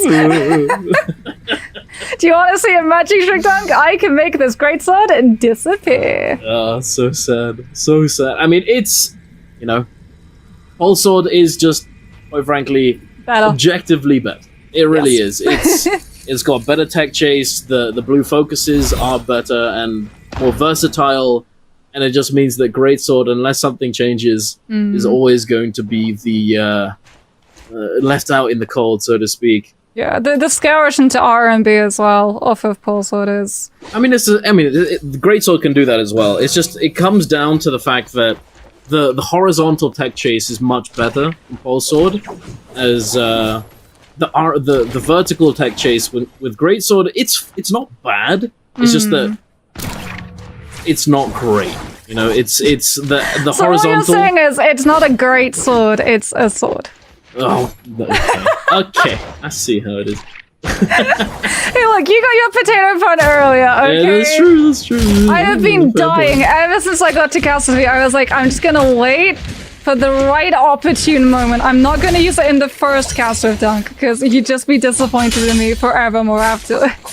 Gonna wait until we've established some rapport, as well. We're going to see Team 10 trying to establish themselves in this fight right now. It is going to be Xiphon versus Xiphon. But unfortunately, one of the Xiphon compositions has a Z-Ping, and that Z-Ping just immediately ultimate popped, propped, and the entire team just boiled. The second that Sedated Soul kicks in, that lack of healing off of that fire tick is insane. It really is. I have to say I'm not really sure what can really be done to Zipping, because the problem is if they just buff Zipping's healing, then she's just gonna be obnoxious again. Yeah. Especially in solos as well. So if they buff her, it's gonna be... I could see them going after the fire tick, because it's not just Zai that's problematic with it, it's also Flame Breath on the cannon. That's true. But what I'm thinking is, as opposed to that, perhaps they make it so that Zipping has some kind of cleanse effect. You know, that could be... Kind of like Kurumi, yeah. Exactly, yeah. And it might... I mean, I don't know.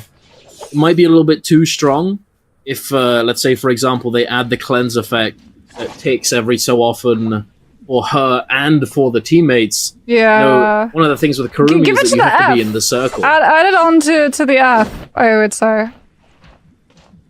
But so even that you get one would cleanse. That be enough? I'm not sure. It's hard to really say what they could do here. You know, if they were to just we're not game developers. Zipping flat. I mean, that is true. If we were developers, Dunk would make Taka absolutely unstoppable, I would return us to Valda V2. Oh, come on. You don't know me at all. When Taka was meta, I hated it. Taka being meta and obnoxious just made him not fun. You know, like, if I was game dev, I'd make Taka playable, but Okay. you know, being broken, it just makes it not fun. You know, one of the things that I enjoy the most about Taka is the fact that he's not. Oh my lord! One of the things I enjoy the not most easy about to play. Hollow is the cacti field. I love Oh it my so God. much. You have not lived until you've got deader rounds on the pistol, and you wait for players to God, try yeah. and go on to that dealers, and then you hit them with deader rounds and you activate a cactus. It is the funniest thing ever. Yeah. And unfortunately, this team wasn't able to cleanse that Yang depletion, and 2 members do just get taken down. And the zipping, on the other hand, did find the Soul Bloom. They might be able to salvage this this game, but it's not looking too good as they are immediately getting chased down by the team close by. Speaking of being chased down, Resentment being put under quite a bit of pressure here from Team 1. The cannon shots coming through, trying to keep them weak as they force this engage, but the chase down is just not there. Not looking to go too aggressive just yet. You recognize the potential threat of a third party. However, that being said, there are only 12 players left alive. Yeah, potential for third party dwindling, because to get third partied, you do need another team, and True, there are only 4. I'm pretty sure there's 4 full teams that are currently left. Actually, we do have 1 straggler, so potentially there's 2 teams that are not currently all that intact. As I'm sure a lot of these players are going to be waiting for a better read on their situation and surroundings, especially if we do see a Spirit Well spawning on through. As it's going to be Team 1. There we go! There's Spirit Well! That's what everyone is fighting over! I was going to say, it's too quiet. It's way too quiet. It's right next to a no-ult zone as well, which is making this particularly tricky. However, I do believe that we have a Tumult in play. So if the Tumult ultimate was already dropped, then the no-ult zone is not going to be able to clear it. As we are going to see a Dodo's team come out on top. Should be able to capture that Spirit Well. They did the Tumult thing, where you use the Tumult ultimate and then immediately hit the use no-ult the... zone. Exactly, Yeah. exactly. They are getting pressured here by Team 1. Oh no, did the box comp not get to box? No, they did not. They used their sand walls, and because of that 3-ban zone, they're not going to be they're not looking for this. They don't want it. They don't want the smoke. 3 teams alive. Really if they're the first team getting engaged on. They have Legendary Hummer already on that Takeda. They've got the Karumi. True. Like, it would have been nice, don't get me wrong, but the fact is that the team out in the open now are the ones that everyone is going to be looking at. Mm-hmm. Yeah, if the first teams to fight here are going to be the teams getting third-partied. Because of that, although there's only 3 teams left alive, I think we're probably going to see this go rather late in the game, as none of these teams want to be that aggressor. They don't want to be the ones getting third-partied. It's gonna go slow and steady, I believe. Yeah, a little bit of poke. Little bit of poke, waiting for the Moonbane. Putting pressure, trying to bait resources. No one going for the full commitment just yet. Can they see each other? What's going on here? So I believe that was a Matari. So we have 2 Siphon teams and 1 Sand Siphon team. The Takeda is definitely going to want to wait for the zone to be a little bit smaller so he can try and use the Furin shots. Fun enough, we've actually seen this zone be a final zone a couple of weeks ago. There was a team with Aurora Burst who literally just sat at the very, very top of that wooden structure and used that one to be able to police how everyone positioned around them. As it looks like back-to-back Team 1's team is seeing that there are 2 teams currently taking fights against each other. No, Team 10 just looking to see if they can slip through and figure out if there's any scraps left from Spirit Well. Team 3 off on the left side, Team 10 on the low ground. No ult zone is going to be coming back into play in a little bit as well. As off of the back of that one, the Xiphon composition's wanting to make sure that the Tumult does not get to control that space and be the only one whose ultimate can still remain in play. I think they want to use it as soon as possible, though, so that it doesn't come into play later on when the zone properly collapses. It has a 1 minute cooldown once it gets utilized. So, like you said, it does make sense that a lot of these teams want to make sure that it doesn't go into play. Either that or they just don't use it and they wait for the zone to collapse away from it. And the fight to move past the activation, and they can now act as the gatekeeper to stop these other teams from being able to activate it. As we are yet to see the Null Zone be popped, even though it is going to be recharged. Instead, we're going to see a fight. Zai F3 comes out immediately. ZZ HP with that Matari is going to defensively pop that ultimate, allowing back-to-back, start to get a little bit more aggressive and try and control the tempo. Kurumi V2 also now going to be invested so that we have all of the sustain. But what I'm not seeing right now is one of the other teams. Where is the third team in the area? They're when ready to is come the in third here. party going to come through? ZZ HP going to use the Aurora Burst. Try to make sure that the space is cleared. Dodo's team now coming on through. Spiritual up. Tumult ultimate comes through, but the Matari with the parry slows the third party engagement down. And Nuns is able to find the kill, unfortunately, onto the Kurumi V2, having already been invested. No sustainability. The Matari ultimate has burned out. They did not expect the third party dunk, and Sand Xiphon allows the two Xiphon compositions to go head to head, and now just has to play cleanup. What did I just watch? Like, I feel like they were all using their brain for a little bit, and then all of a sudden, they just got impatient and just said, screw it, let's go. Well, that's just right, you and me! There can only be one Xiphon composition. We have to work out which one of us is going to be. And then, yeah, like, they know that that's a sign. Did they hold on to that?